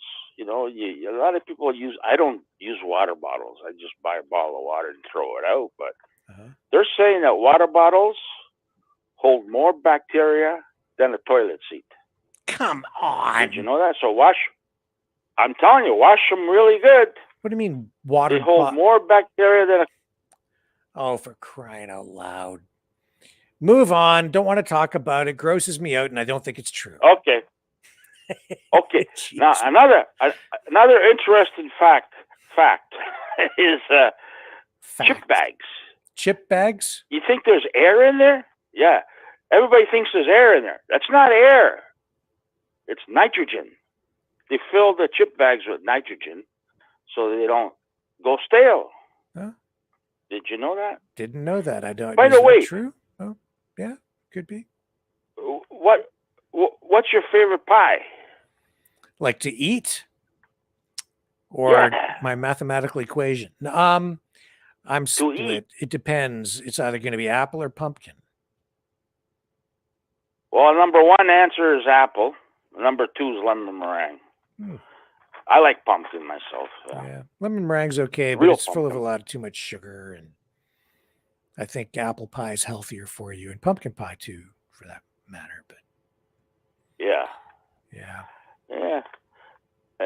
One guy called in about bunkers. Move to Sweden. Sweden's got the biggest nuclear bunkers in the world. Oh. They built all these bunkers for the people because of Russia. They figure Russia was going to nuke them, Yeah. And right now, I think they just use them for parking lots or something. I don't know, but they still have them. They're still there. They're underground bunkers. Biggest bunker. You can Google that. It's a fact. Yeah. Well, these banks. Yeah. Yeah, go ahead. No, you go ahead. I These want to hear what banks- you have to say. You go. Okay, the banks. I'm telling you. This is a big scam. It's a scam. I don't trust these. I don't trust these Wall Street brokers, and they're a bunch of crooks. Yeah. You know, I follow the stock market very closely. A pin drop, the market goes crazy. Yeah. They just drop it like 10% for the day, and then it goes back up again. Yeah. Somebody's making a lot of money from the stock market. That's what it's designed for. Always. But I think these banks are going to go up like crazy, 20% up. Okay? So I'm buying everything right now because I know the market's going to go up. I got the gut feeling that it's going to go up. This is just a game they're playing. How much are the banks down right now, know what John? How much did the banks lose today, or did they lose any more today? I haven't had time to really check the current pricing. No, today they're all up. Yeah. Today they're up. But I can tell you, like, let's see here. Where the hell are the banks here? I got so many I'm following here. Okay, here we go. Like Royal Bank, for instance, it's only down 4.5% for the year. JP Morgan is up 20% for the year. Yeah. For the You know? year, it's So, up 20% for the year. For the year, yeah. The banks are they're not going to fold. The banks are the best stock. If you got a lot of money, you're best to put it in bank stocks right now. Good banks. I'm not talking about getting. No, I some think you would bank have been that- better to put it in there this morning. Well, yesterday. Or yesterday. Yeah, they're all up today. Yeah. Yeah, yesterday I did. I bought Royal Bank. That's the only bank I bought, and I usually buy JP Morgan, but JP Morgan is still too high right now. So, but I like JP Morgan. I like Royal Bank. I'm not sure. See, I think it's all still very volatile. So let's get a woke perspective on this from Yahoo News. Hang on a second here. Sorry, John. Hang on. I lost you on the feed here. There we go. So that's back. Oh, no, it's not. That's not where we want to go. Hang on. I'm going to bring you back. You're off the screen. Now you're back. And now I need to add this. There we go. Excuse me. I sneezed. But let's watch this and find out what they think, because it says the stocks did rebound today, which I sort of expected because people always see the buying opportunity, but I still think the market is extremely volatile. And I think we could see more slippage in the days ahead. It rebounds today and then probably back down tomorrow or the next day. All right, let's take a look at some of the stocks that are trending after hours. We've got to talk about the regional banks. First Republic Bank, Charles Schwab, Zions Bank, Bancorp have really been on the move the last several days following the collapse of Silicon Valley Bank last Friday, and then also what we saw at Signature Bank over the weekend. First Republic Bank closing off the last 2 days, a loss of 67%. Even today, we were looking at a loss of nearly 62%. That five-day chart really illustrating the downward slope that we have certainly seen, at least in extended trading, recouping some of those earlier losses, really just a fraction of it. We're seeing similar pressure in Charles Schwab. Now, over the last 5 days, that stock off just about 32%, closed today off just around 11.5%. So pairing some of the steeper losses that we saw during the intraday trading after the bank did come out defending its portfolio, trying to reassure some of that skepticism that's out there from investors. In extended trading, we're looking at gains of just about 1%, and Zions was off 25% today,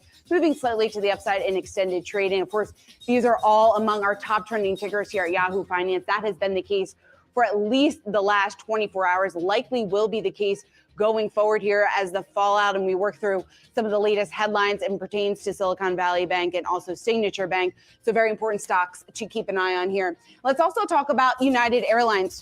Switching gears here just a bit, the company out with updated guidance, and we're seeing the disappointment reflected in extended trading with the stock off just over 6%. The company now says that it sees its Q1 adjusted EPS loss of 60 cents to $1. One of the reasons for that, some of the expenses related to a new collective bargaining agreement with Airline Pilots Association. Originally, they were expecting that charge in the second quarter. They moved that up to the first quarter. That's why we're seeing the stock under pressure, off just about 6.5% because of that revised loss per share outlook from United for the current quarter right now. The company, though, saying that it does still see strong demand environment, now expects Q1 operating revenue to be up about 51% compared to the level that we saw during Q1 2022. But that movement forward here from the quarter for its new collective bargaining agreement, the expenses there dragging the results potentially lower here in the current quarter. That's why the stock's off nearly 7%.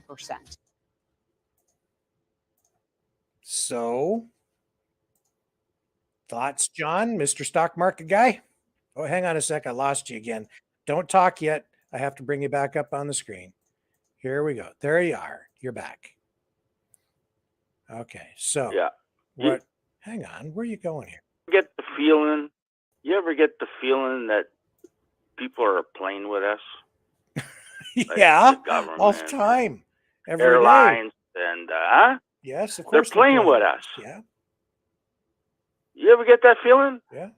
Well, yeah. Well, I do, and I don't like it. And someone deserves a broken nose. I don't know, man, but playing games like that.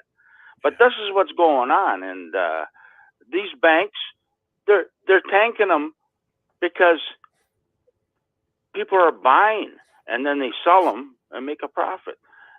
Every year it happens to bank around in January, February, March. They tank them.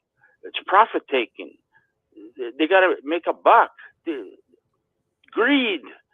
And so, anyways, all I'm saying is, what you're saying is they manipulate the prices on purpose. That's right. Right now, because they control the market. That's what I said yesterday. When you're really, really, really, really rich, when you're a billionaire, you can control stock market prices just by talking. People listen to you. The media listens to you.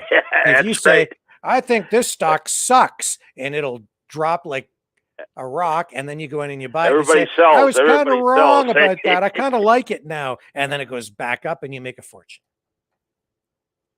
But there are actually laws against doing that sort of thing, but they do it all the time. I'm watching all these banks. They're cutting all these big investors. They're all cutting the target price. Like every bank's got a target price, like it's going to hit, right? And they're all cutting the target price. And then next week they're going to raise the target price, just like you said. They got to go. Oh no, you made a mistake. It's going to go through the roof. Get it. But it's too late to get in because it's already up 10, 15%,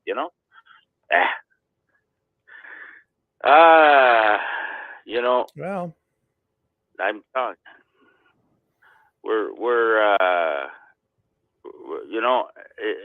We're being played with anyways. Everything, not just the stock market, everything that's going on. But I don't know. Right now, you have to vote for somebody next election. Hopefully, it's going to be by the fall before. And I'd rather have a fiscal conservative guy in there than someone who's just gives our money away to everybody. Oh, I don't think Poilievre's going to give our money away. not to the same degree. He will, but not to the same level at all. Not the same degree. Yeah. Everybody, like, I'm telling you guys, everybody out there, don't forget to go to H&R Block and do your taxes because Ukraine depends on it. You know? Oh, my. Yeah. Do you want to know Don't what forget. I'll show you why, we do have a fighting chance in the West to survive this economic disaster. This is why, right here. You see this? Can you see that? This is a Concours d'Elegance. These cars are worth like insane amounts of money. And this is, a different world than most. That's British. Looks British. I don't know this one. I'm not sure which Concours this is, but it's British. The collector car market is nice color. Like the people who own cars like this. It's a different world, right? And we in the West do have immense amounts of wealth. It just depends on what we do with it and how it's distributed. And I don't want to sound like a socialist. I'm just saying that there is money out there. And the amounts of money that some of these people have. And when you look at even the office towers, the value of real estate in major U.S. cities or in Canada, you walk down Bay Street and you look up at the buildings, like the amount of money that's out there that's available. Yeah, because they're ripping us off. Yeah, well, where do you think they get that money? Where do you think they get that money from? The bottom feeders. Yeah. That's why the stock market's tanking. They need a new boat, a new car. The wealth is there. It's just if it really needed to be had. But you can wipe the value of these things away with poor economic policies, right? Where the bad monetary policy just gets the economy to a place where people can't afford to buy things because they're not liquid. It's kind of complicated, but what I'm saying is there's a lot of wealth built into, like there's equity built into a lot of these assets, whether it's an old car like this or an office tower in a downtown area. But if the economy isn't managed properly, you can make the value of an office tower in New York City go, tank and be worth 10% of what it really is. So that's why you have to have proper economic management, both macro. Well, I learned something from the chat lines today. Yeah. Sorry, the chat lines. They were talking about growing your own vegetables this year, eh? Yeah. Every year I grow vegetables and the squirrels and birds, and they all eat them all. So they said to build a fence. I don't know if a fence is going to work, but I do know there's certain vegetables that nobody eats, like beans. Last year I had all these I love cucumbers. Yeah. I had like 5 rows of cucumbers. You know how many I got out of it? Maybe 3, because I think I got rabbits around here, man. They're gone. The cucumbers. As soon as they're like a couple of inches long, they're gone, man. I don't know who's eating them all, but it ain't me. Tomatoes. The only thing was good was the beans. Nobody touched the beans. Yeah. But well, I see the Home Hardware near me has a sign up. You can buy your seeds for your garden to grow your own vegetables, and people keep talking about that. But like you, I planted a vegetable garden one year, and the animals came and ate it all. So I was just feeding the wildlife. With my garden. That's what you're doing, feeding the wildlife. Yeah. But the beans, if you like beans, they don't touch the beans. That's the only thing I had no problems with was the beans. Yeah. So it's sometimes you got to water it, you got to trim it. Yeah. A lot of work, man. So you're better off just going to buy it.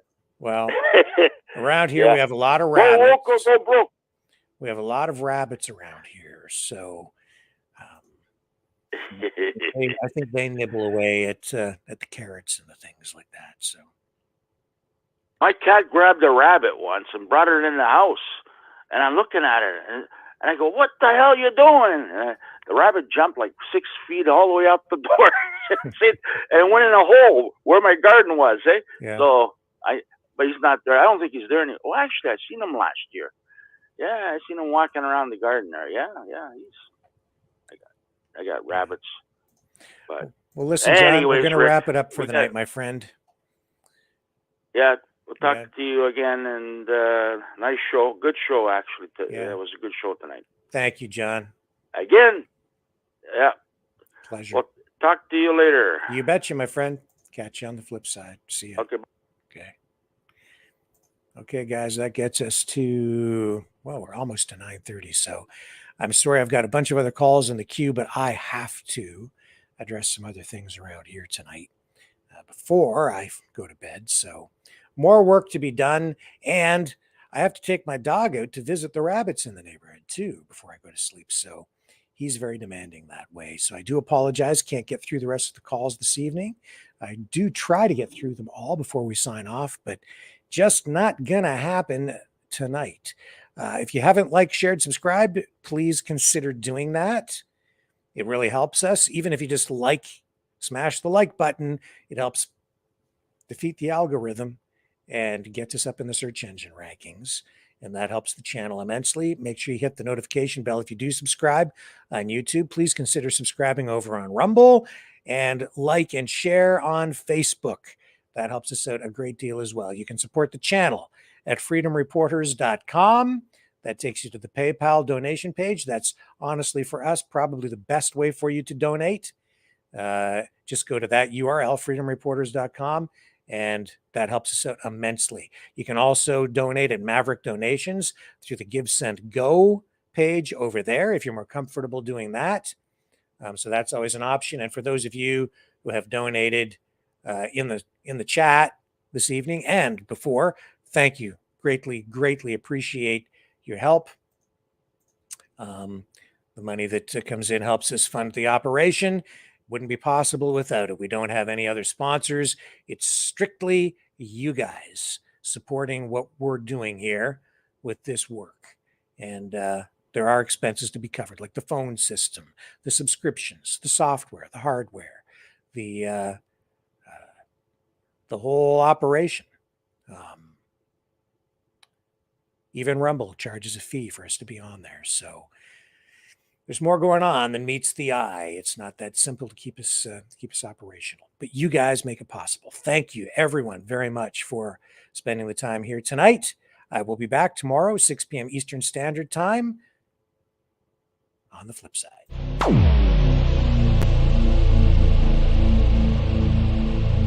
This has been a Maverick Multimedia production.